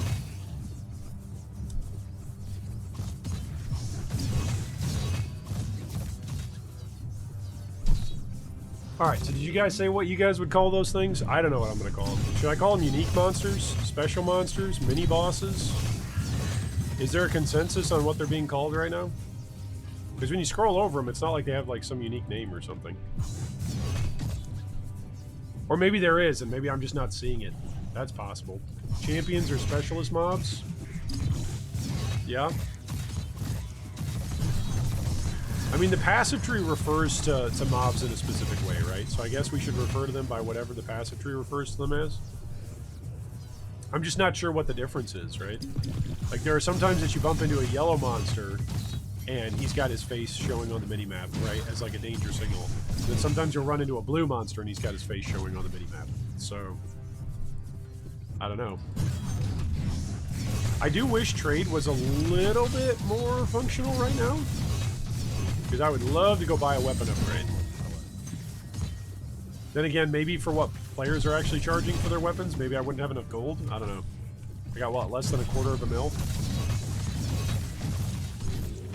So I don't know what people are charging for even, like, basic weapons right now.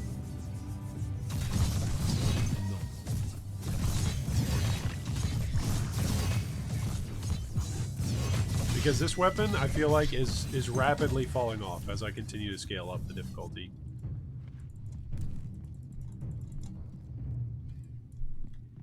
Oh, speaking of a new weapon, that's a two-handed legendary. It's got frost damage on it, though. No! That's not what I want.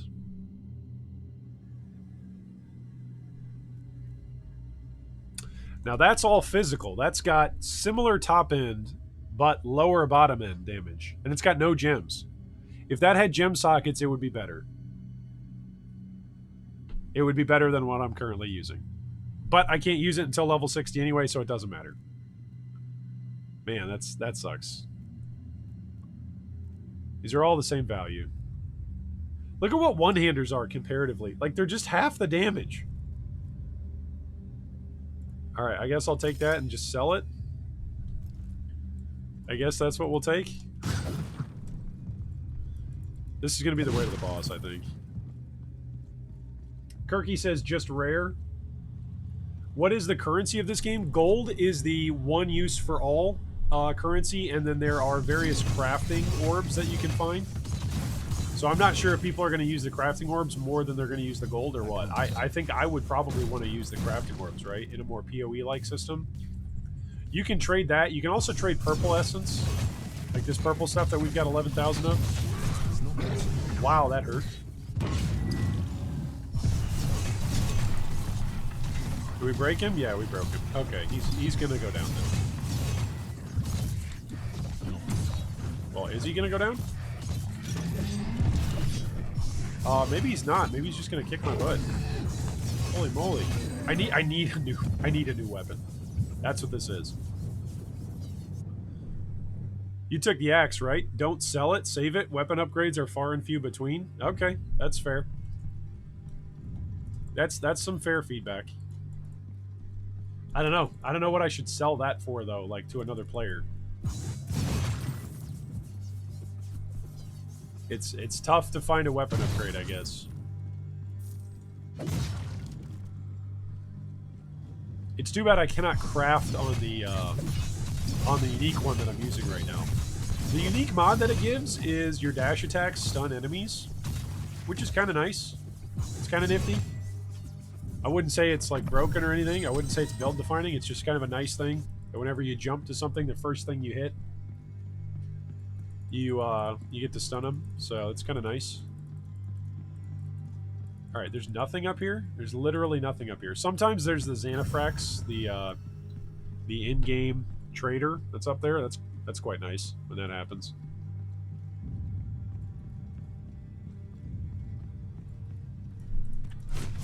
All right, here's some archers. Let's lay down the law. I am the law. You can call me Judge Dredd. I need to make a character called Dredd. Judge Dredd. Did you guys ever watch the Judge Dredd movie? I have not. That's not.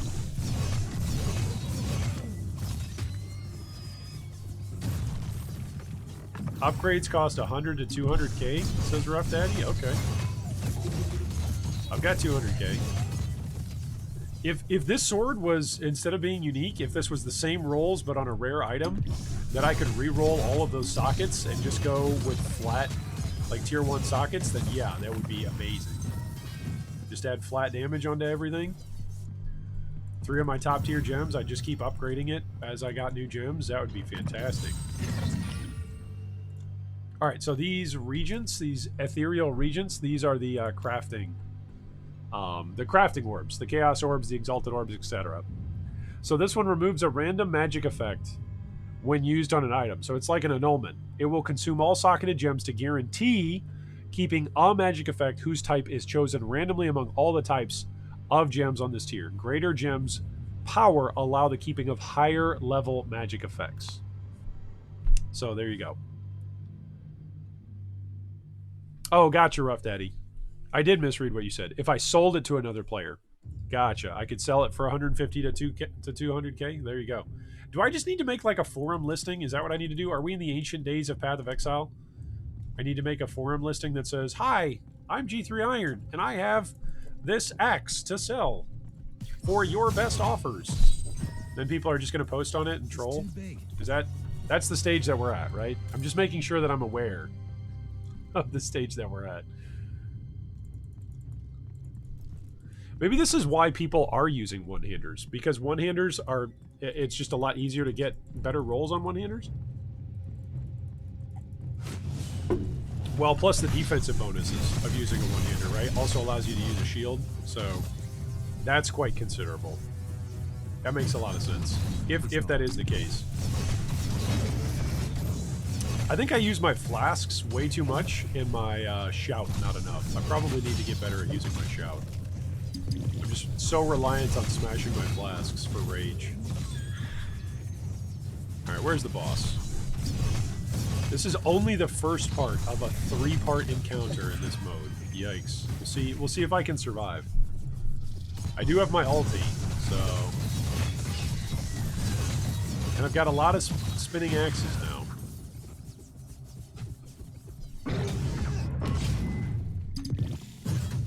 Oh, wow. That was a great shield charge. I shield charged right in front of my own face. That was great.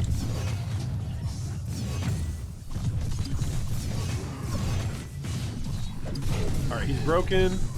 Lay down the law! Get him down! There we go. Alright. That's only 2 items there. Where's the sale? Where's the sale bar? Here it is. Trade Shrine. Alright, let's get rid of all this junk. Junk.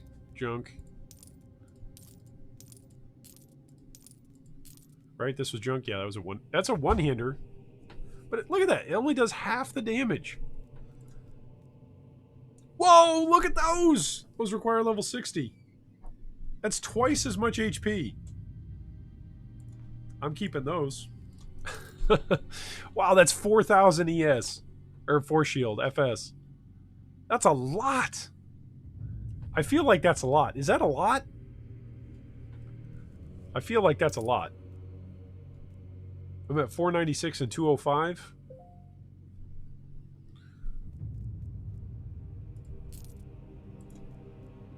Those are 298. Those are better, but I need to be level 60. Basically, everything that's dropping down here is level 60. Yeah. So I guess I shouldn't run these expeditions then, huh?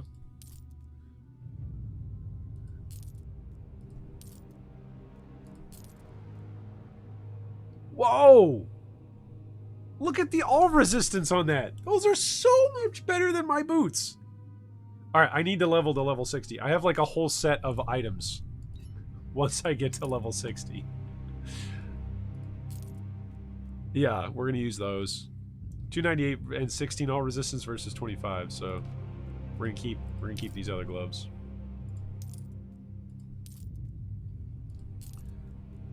Man, the stuff that can drop in this game is really good. Like, it's really good. Soul self-found. You don't need, you know, to go to market in order to get upgrades, at least at this point. Stuff can drop for you. It's possible.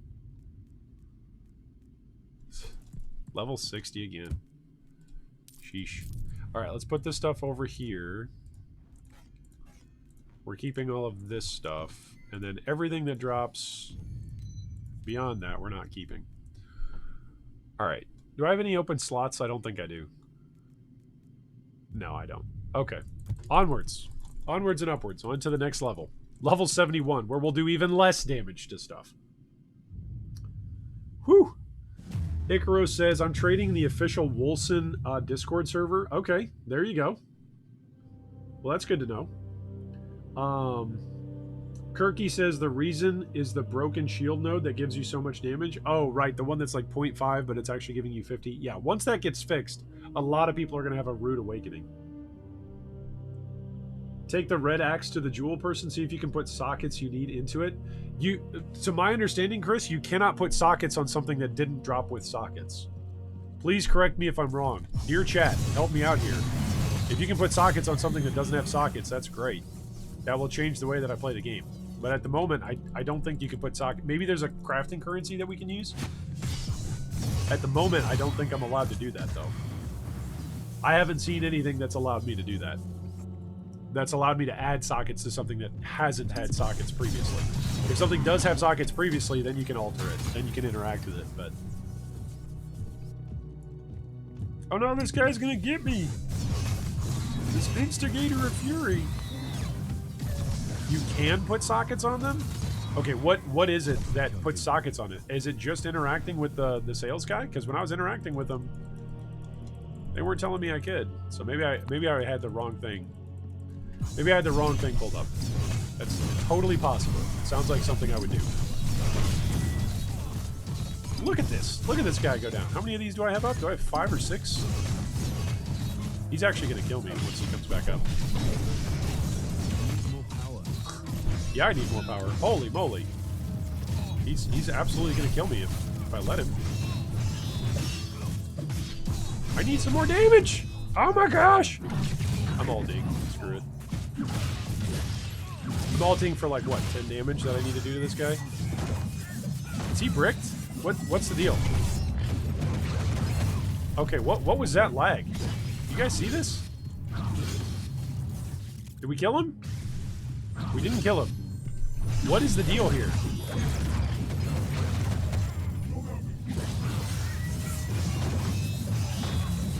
Is he invulnerable in that circle? Is that what it is? It's not possible. Oh my gosh. I'm gonna die. I'm so dead. Here comes that guy again. Where is he? Ah! He's got to be invulnerable inside that circle. I think that's what that is. Come here, you meanie butt. Oh my gosh. Is he? Yeah, he's invulnerable in that circle, but he takes damage outside of it. Okay, that makes a whole lot more sense. Wow, that was obnoxious. Well, today we learned Drox's shield banners are still present in Wolcen. They've chased us all the way from PoE 3.9 into Wolcen.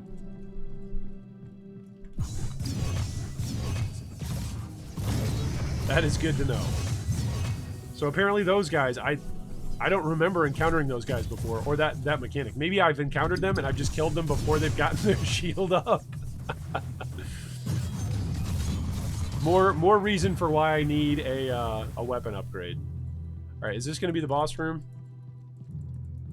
I don't see the trade shrine. But this oftentimes looks like what the boss room in this layout looks like. Look like an edge here.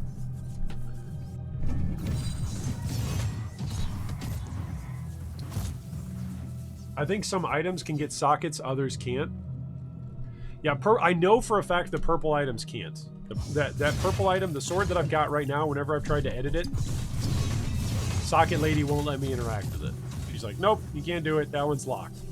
And I don't see anything on here that says that it's locked. So my assumption is just purple stuff you can't mess with. But maybe you guys have. Kirky says, do you think CDR or blockchain should have a cap? From a game design perspective, it's easier to game design around. Like, you don't have to worry about players breaking your game and becoming invulnerable, etc. If you have a cap. But if you don't have a cap, then you encourage players to try things out, to test things out, and then when they break something, you can always go back in time and nerf it. Right? You can always go back and say, hey, that's actually working too well. Or you can say, hey, that's really cool. A lot of players are enjoying it. Let's let players do that. So I think in general, it's good to see what a community does and how a community reacts to your game, and then make decisions based on that.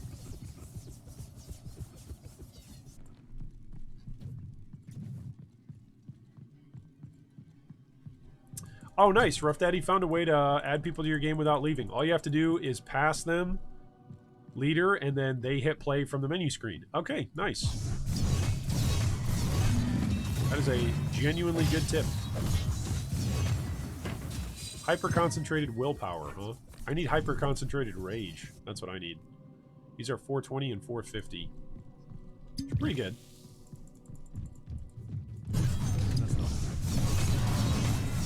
I think I also actually want some more attack speed at some point, because I think that's part of why my casting speed or my animation is so slow.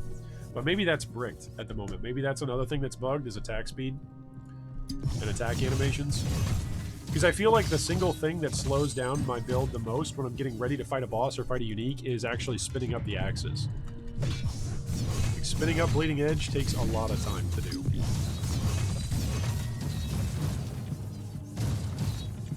Alright, we're almost to the boss. Is the boss going to be down the steps, or is he going to be down the hall? Find out next time on Dragon Ball Z. See, these guys have that same shield, but they die so quick, you never actually see the shield take effect. That same AoE. Maybe it's not the same shield as what that unique guy had, but it at least visually looks similar. Alright, challenge the boss. Is he up the stairs? He's up the stairs. Will this lead? Hopefully this will lead back around. Yeah, this will lead back around. That's what I'm going to say, confidently. Just be confident that you're walking in the right direction. If you're ever walking in the wrong direction, just walk confidently in that direction, and nobody will worry about it. We should get another level here. Can't do that right now. Alright, here's a guy. He's going to do his thing. He's going to do his AoE thing. Alright, so he's still taking damage. There we go. We got him before he was able to cast his shield. So, no worries. Oh, a sword. Maybe that's an upgrade. Is that the upgrade? Ooh, that's close. It's close. Oh, no, but it does lightning. Never mind. It's crap. Never mind. We all got excited for nothing. It's terrible. Garbage. Shouldn't have even looked at it. It's garbage that requires me to be level 60. Ugh. It's like the worst kind of garbage. It's garbage that's so bad I can't even use it. Yuck.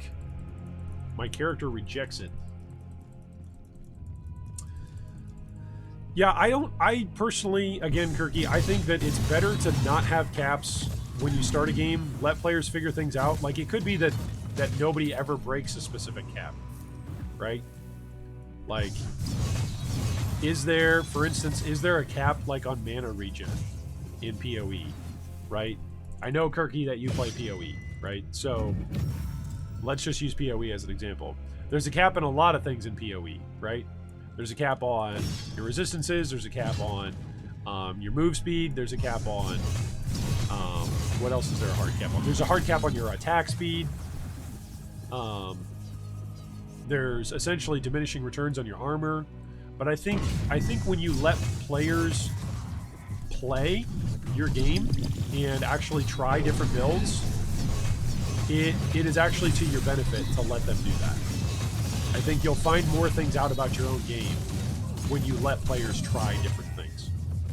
As a developer, as a designer, I think you and your whole team will learn more things about your own game and about what players are appreciating in your game and what they're trying to do in your game, than if you just straight up block people off from things.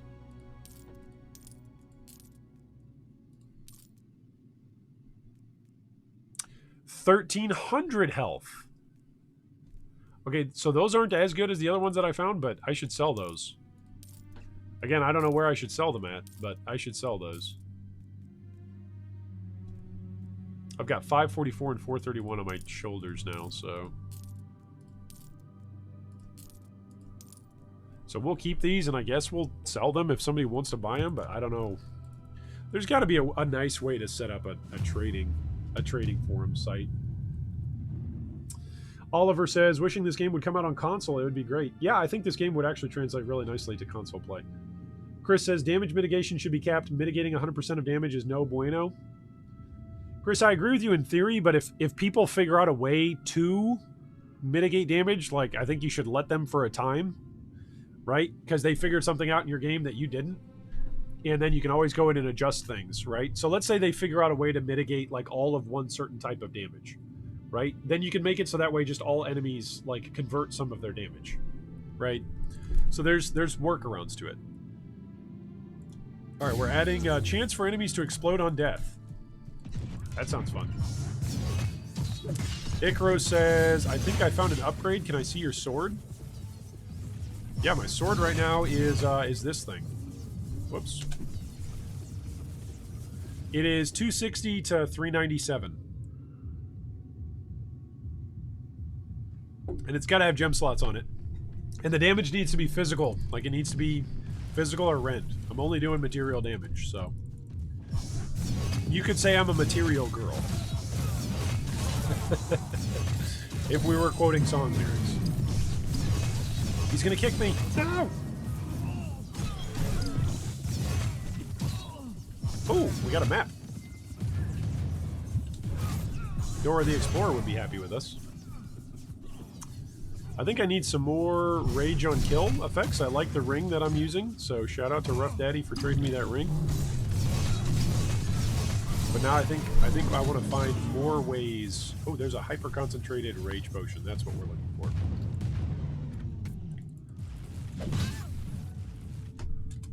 LOL. Alright, there we go. Rough Daddy figured it out. Oh no, don't die. Well, I'm glad you figured it out, dude. 475 over 425. There we go. Slightly better. Oh, there's a rare one of these guys over here. That's why. Oh my goodness. He's gonna kill me.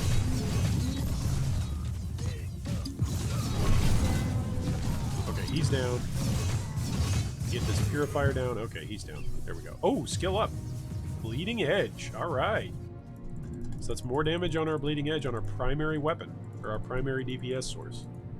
Well, that's good. So maybe our damage will feel a little bit better. It's a teeny smidgen better. Maybe. Taking something away feels worse than a hard cap? Yeah. Maybe it does. Actually, I would agree with that. No, you're right. You're right. Taking something away does feel worse.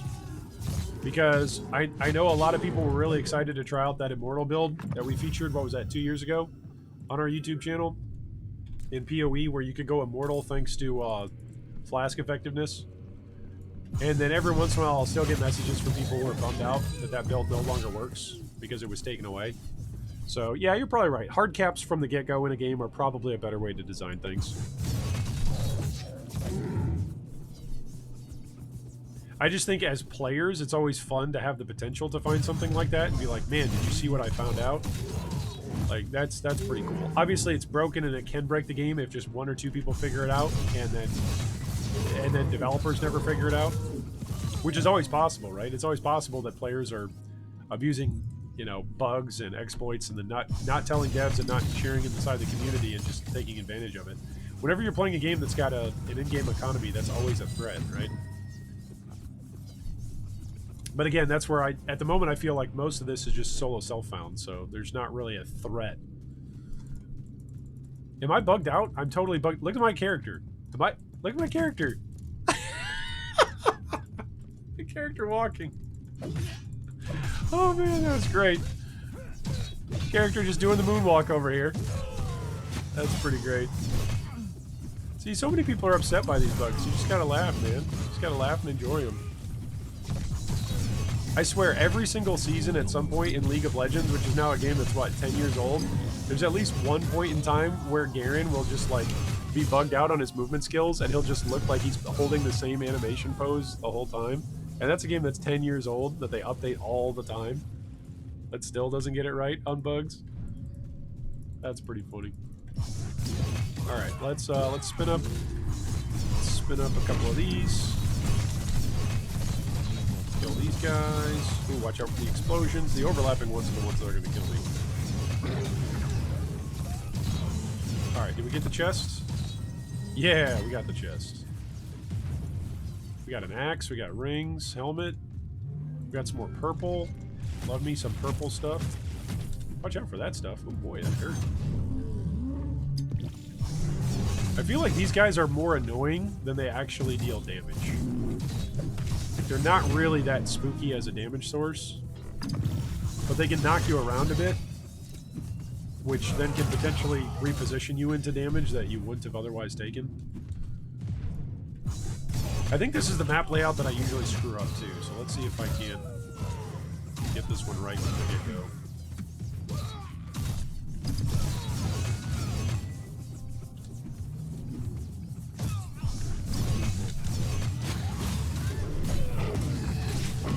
Oh goodness.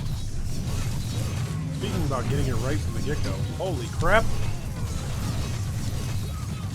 Where's my stamina? Oh no! I'm out of stamina! Holy crap. I need to start killing things. Okay, there we go. He's broken. He's broken. We're fine. We're fine. We're Gucci. We're Gucci. Oh, snap. He's back. Okay, we're Gucci. We're Gucci. Ah! Things got hectic there for a minute, fam. Whew. There were 3 of these guys. Do you remember what I was just saying about how their damage isn't scary? They're just annoying? Yeah, that's what I was referring to. Oh my goodness. About to get turned into bacon. I guess I would have made Miss Piggy happy. Jeez. Alright, we did level up there, though. So we're 1 level away from getting to use all this awesome level 60 gear. This will give us resistances, willpower cost reduction, and rage cost reduction. So that's nice. Give us some more ferocity. We need more damage. Please. Please, game.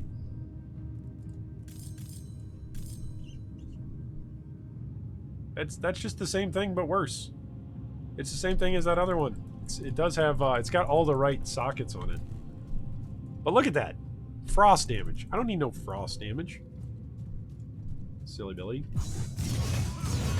That's not happening. Just sold a unique for 150k primal affinity, so there's that. Wow, that's a lot. Yeah, selling for purple. Maybe purple will be the go-to standard for selling.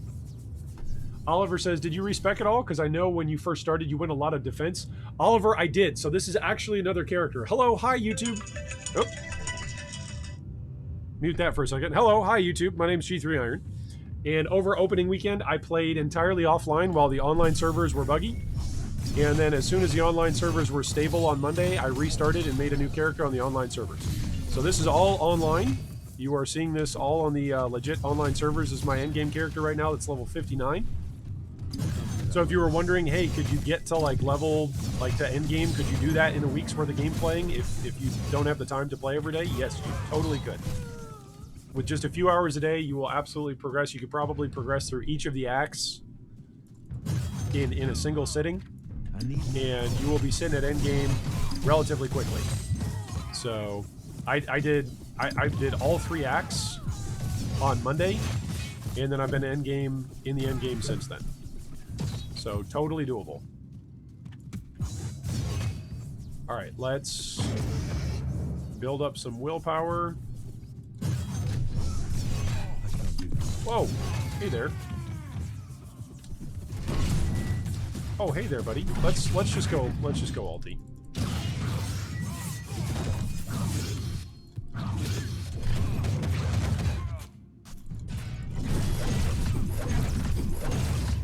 Can he not be taking damage when he's in that mode?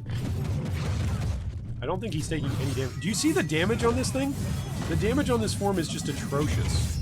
It's not possible.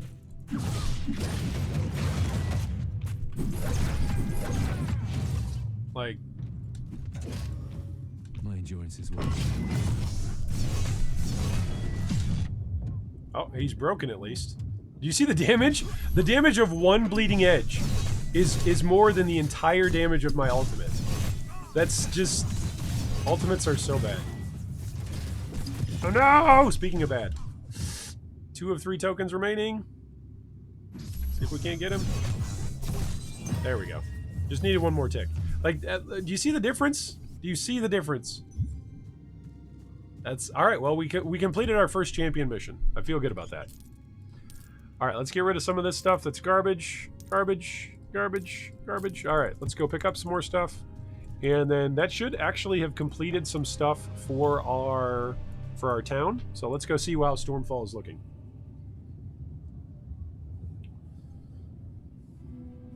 Oliver says, P.S. Thank you for the answer in the YouTube vid idea. Yeah, there you go. My pleasure, my man. What?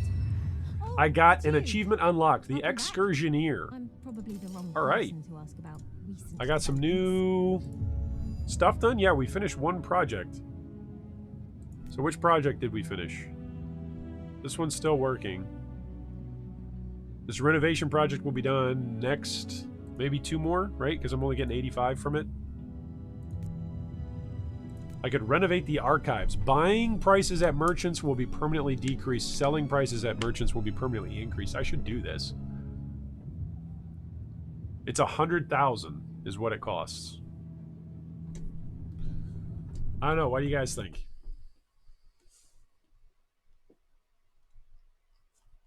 I don't know.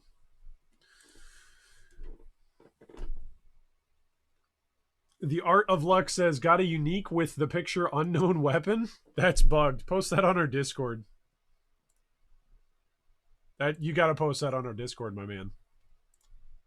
Pics or it didn't happen. Pics or it didn't happen. By the way, for those of you that are looking to join our Discord, there should be a Discord join link that is inside the video description. If it's not on this particular stream, then if you're not a part of our Discord, you can join it. It's generally at the bottom. Well, no, it's at the bottom of every video description. And if it's not at the bottom of this one, it should be. All right, let's start this project. There we go. We'll start that project. It's a lot of currency, but we'll see. Okay, now you guys wanted to see if we could actually add gem sockets to something. So let's see if we can do that.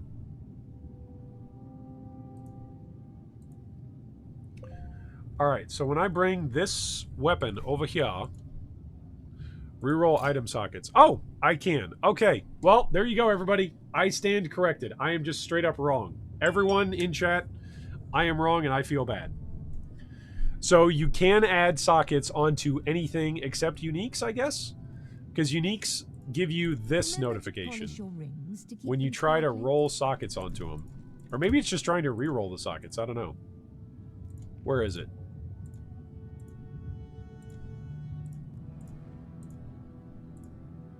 It says you cannot re-roll item sockets on items where the sockets are locked. So I think uniques are Remember to locked, polish your rings to but I keep guess them legendaries are not. So this might actually genuinely be an upgrade then. This is double offensive 3, which would give me what? That would give me bleed ailment. I think I actually want double offensive Beauty 1 has a function unto itself. is what I want. Or triple offensive 1, right? That would be ideal. Plus 222 elemental status ailment chance score. I don't want elemental ailment. Plus 35% duration to weakness inflicted on enemies. I don't care about that. Critical hit damage is built in.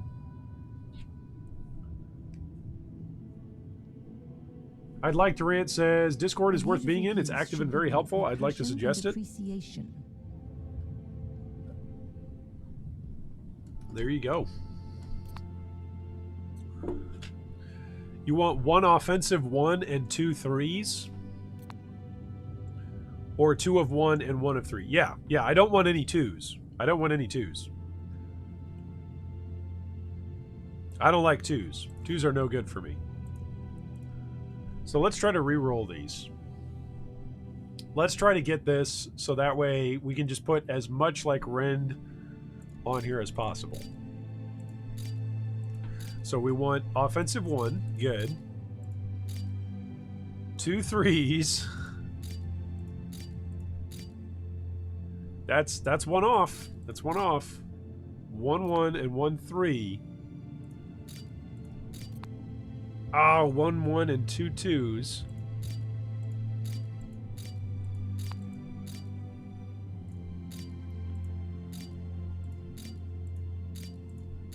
Come on, Axe. Oh, there's a 3, a 2, and a 1. I'm going to use all of my money just re-rolling this one weapon. That's what's going to end up happening. And you guys are all going to laugh at me as I spend all of my money trying to get a single upgrade on my weapon. And the irony is it's probably not even going to be that great of an upgrade, right? Oh, that was 2 1s and a 2. Ah! 3 and a 2, 1. 1 and a 3.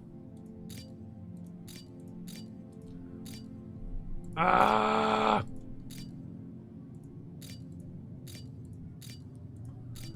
This is like trying to hit a 6 link and roll the number of sockets all at once. Okay, there's 2 offensive 3s. That would have been nice.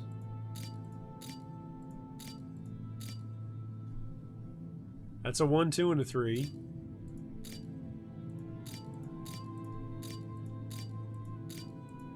Oh my gosh.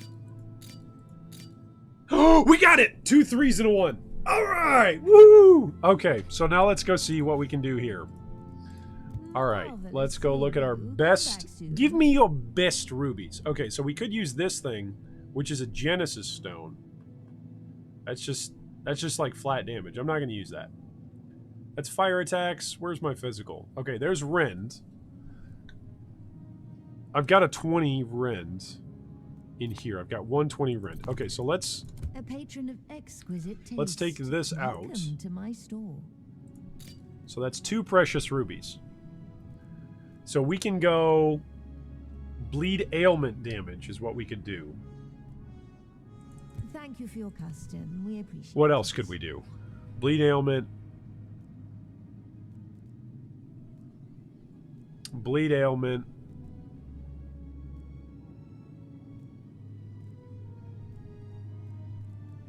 Critical hit damage. That's what we want. Alexandrite. We want Alexandrite. That's what we want. I'm gonna line these up. Topaz. Topaz. Yeah, rubies. Rubies. I'm gonna line these up. This is driving me nuts. Topaz. Amethyst. Sapphire. Sapphire.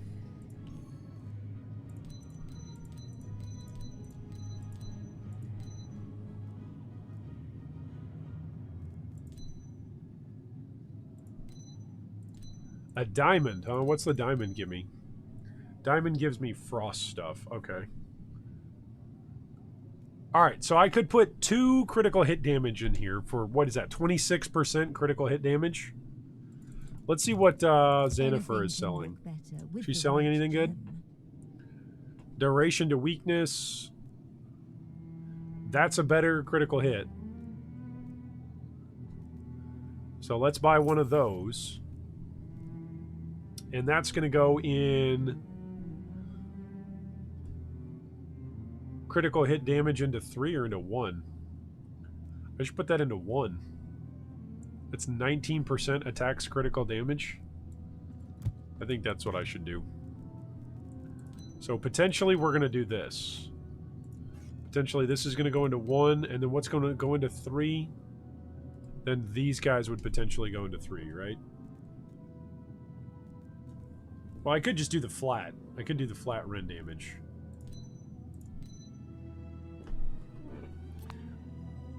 Yeah. Oh, what are you saying, Rough Daddy? You're saying it's the 3? You're saying put the fine Alexandrite in the 3? What are you guys saying in chat? As I screw up my entire build here.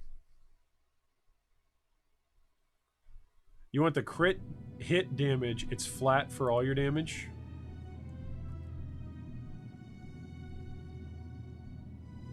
Oh, so you're saying put it into 3. Okay. So, let's do this, right? So this is what we're looking at? All 3 of those?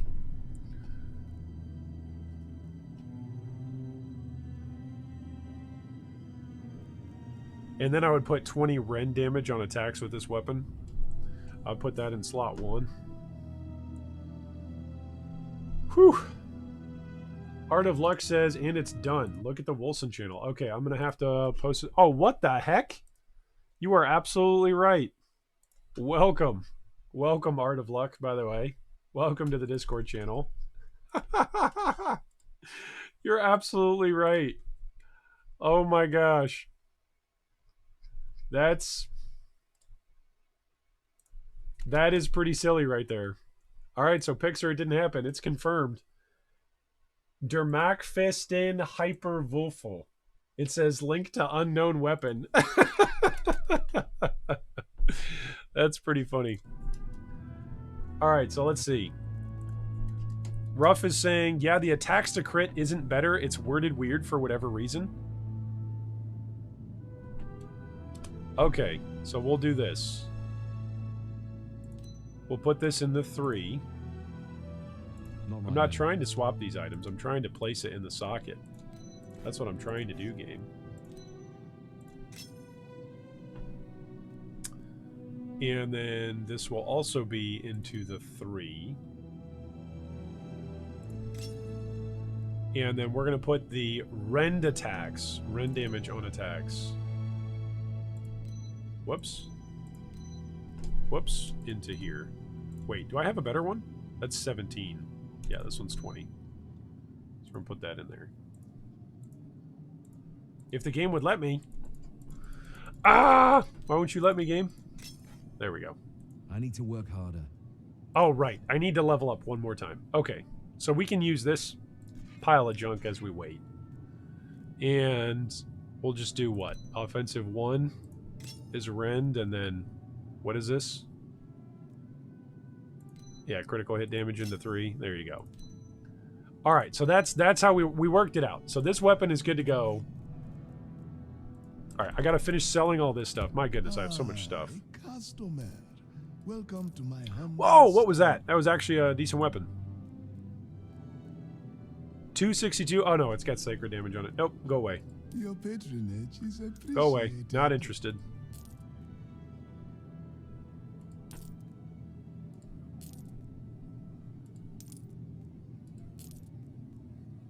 These are the pants that I want to sell. I had to sell these pants. Does anybody need these pants? Does anybody in G3 need these pants? 1305 health.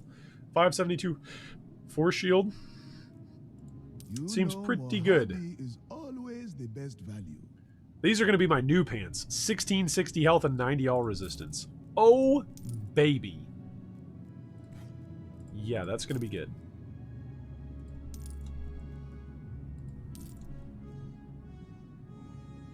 .460 life with critical hit damage.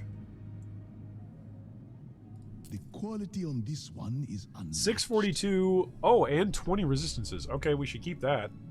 We should keep that. Those are our 2 new shoulders once we hit level 60. Okay, so level 60 is clearly like a new tier of gear. That's what I'm going to say. Level 60 is a new tier of gear. All right, get rid of that rage potion. Come again. Drop the map in here. Drop this. What is this? The Erebon tier adds a new random magical effect when used on an item. It will consume all socketed gems to guarantee a new magic effect whose power level depends on the gem's level and whose type is randomly chosen among all the types of that gem. So essentially I could use this on this.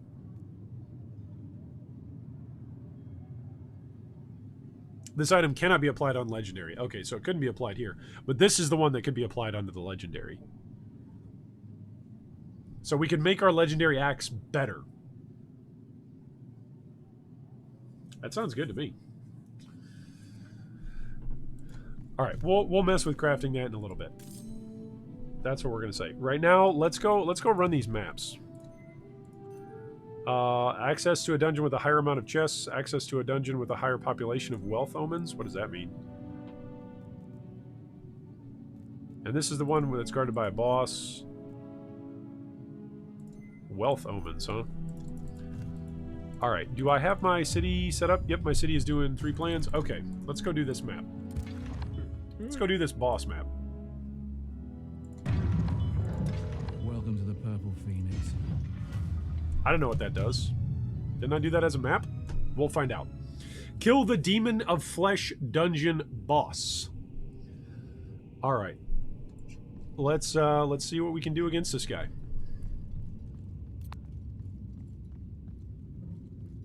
Alright, there he is. He pulled me into him.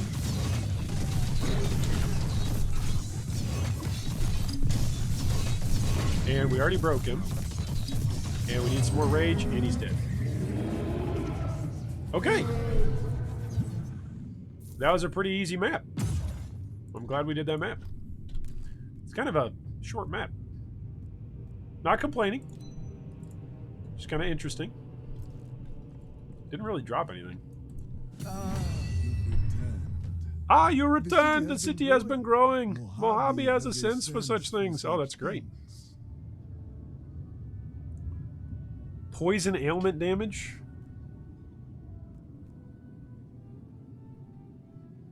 Whoa! Now there's a weapon. It's got sacred damage on it, but look at that. That's in the 400s. Does anybody want that weapon?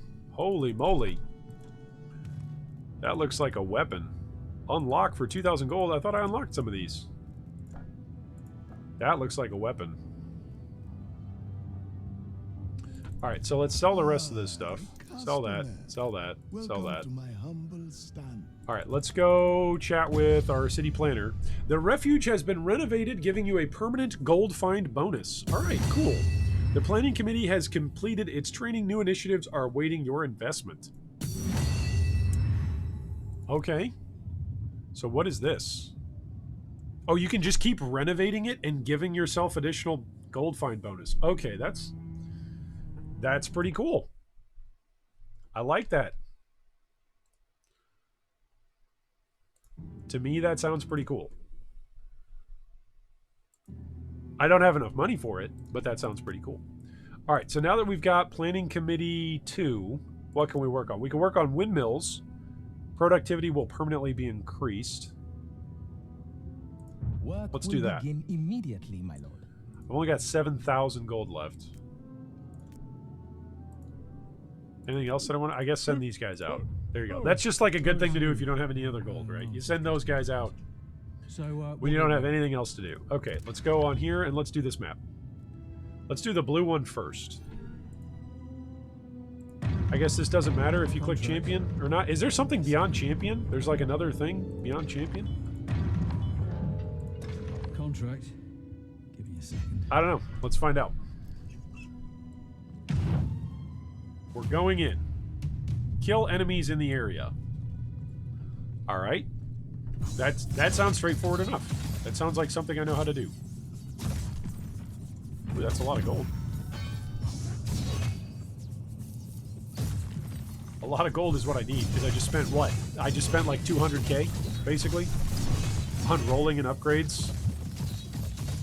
Look how nice that is. Once you actually get a couple of those blades up and spinning. Man, that's nice. Oh, look! A treasure goblin! Get the treasure goblin! No, get it! Get it! No!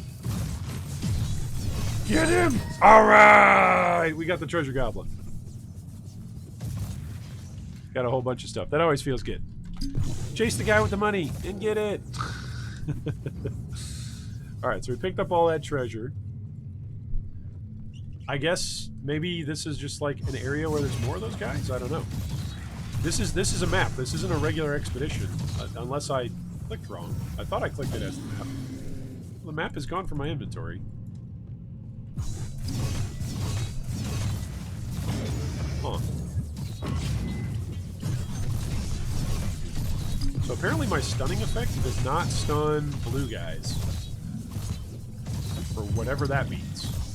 For whatever reason. When I stun, like with my warpath, it does not stun blue guys. So that's good to know. Don't care about willpower. Can't manage that right now. I just want rage. That's all I want. I just want to rage against the machine. Oh, there's another one of those golden scarab guys. Let's get him. All right, get him. Get him. Where's my stamina? Get him.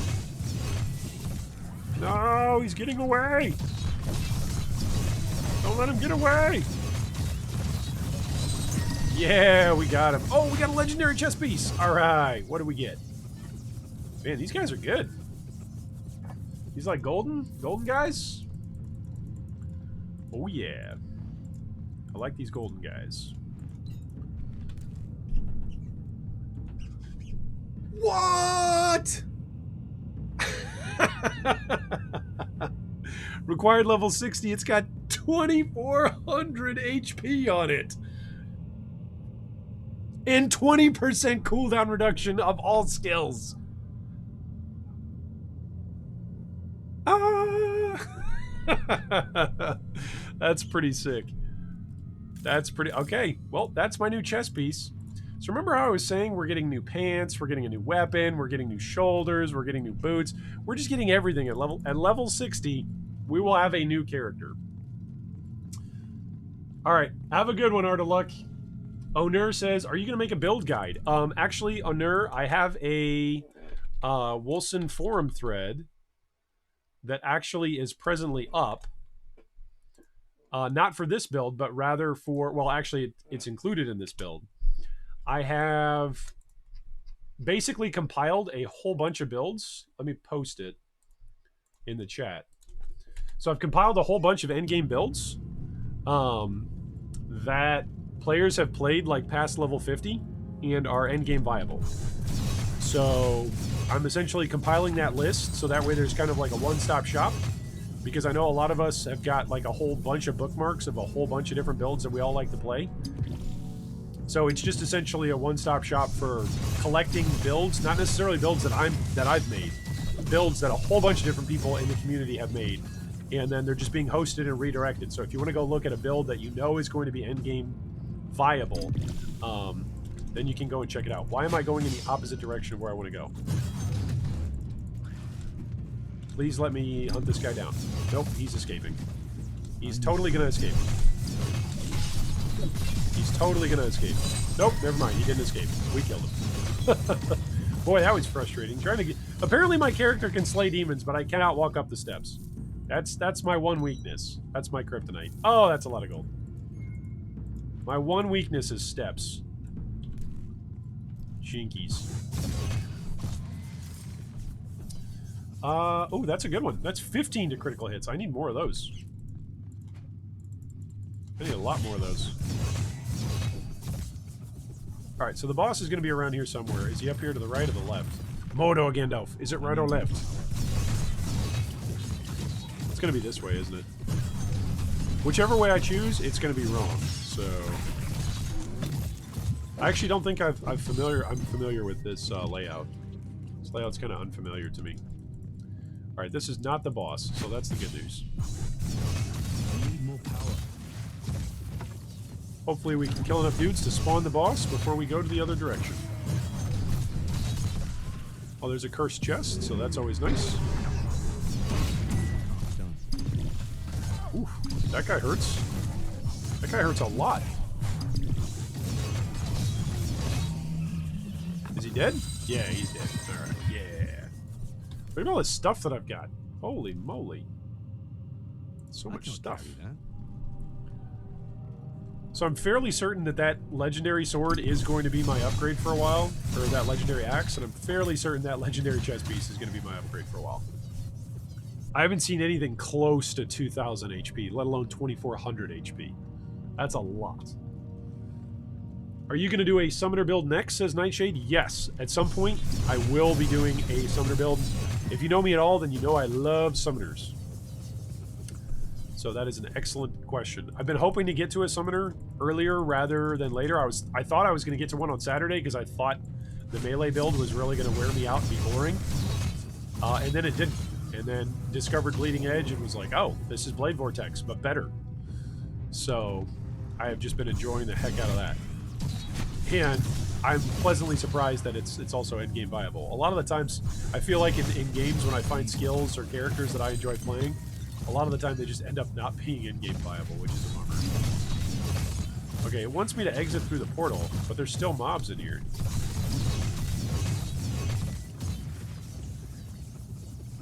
So shouldn't I keep fighting? Yeah, these guys are still worth XP. I should just keep fighting. Alright, what is this? Oh, move speed. Yes, please.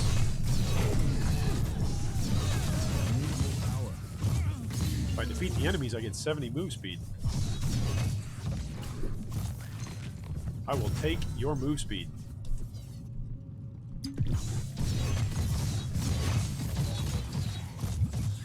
Move speed is always appreciated. I guess this is just a loop now. Okay. Can I open my portal? Nope, I have to go through that portal. Okay. I see what it's doing now. All right. Well, that was a pretty good layout. That was a pretty good run. Decent amount of gold that we came in there. We came in with what, like 8,000 gold? We're leaving with 32,000. I'm okay with that. 24,000 gold. Made before we sell anything. You did it. No XP rewards, but we got 1,000 gold.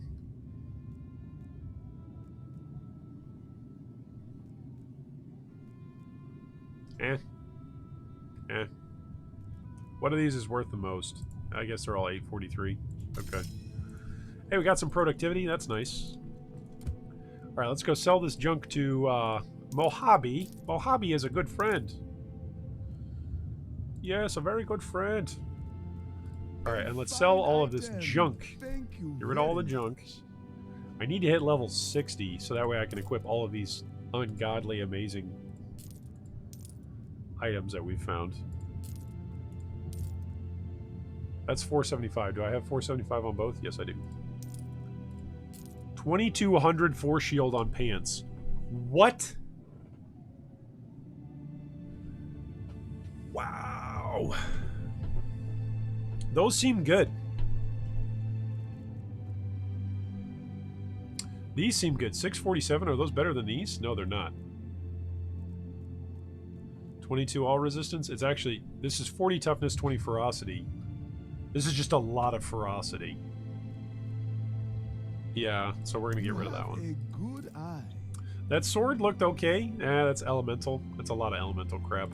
I don't want that. We don't want elemental anything. Elemental can go away. 1,900 health, 103 resistances. Wow. Yeah, level 60 is just a whole new ball game. Okay, so endgame. So I guess I need to say like endgame builds start at level 60 because it's another Got tier of everything you gear. need? So that's a Excellent. definite Come back bump. soon. Nightshade says, so most likely poison will be one of the skills you're going with for the summoner build? Yes, most likely. Yep.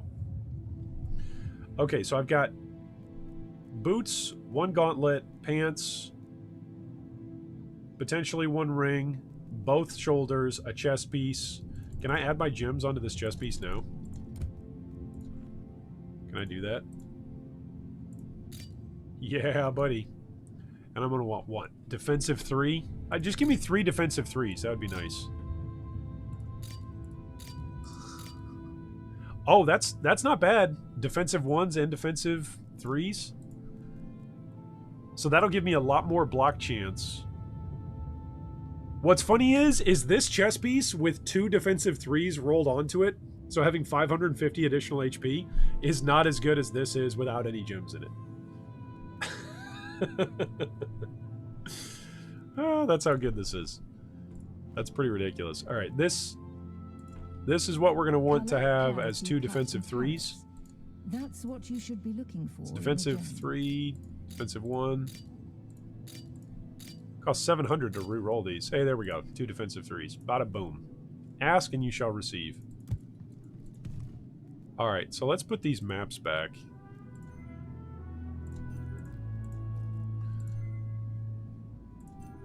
All right. I think we're going to call it a day there for us streaming today. So thanks so much to everybody for coming out and watching. So it looks like I've got a lot of progress that we can make here once we hit level 16 or 16, level 60. So once we hit level 60, tomorrow, stay tuned because tomorrow morning, US time, in about 15 hours from now, we've got our next build of the week featured, which is going to be a Pathfinder build. So those of you who are looking to spend your gaga amounts of currency in PoE playing a Pathfinder build that just has ridiculous DPS, that will be coming out on YouTube here over the next 15 hours. And then I'm hoping to stream more Wolcen tomorrow. So if you would keep your eye peeled for the community page where we'll put up another poll tomorrow about when we are going to be going live. So anyway, thanks so much for watching and for enjoying the stream and participating in chat. I hope that today is the day a Mirror of Calandra drops for you.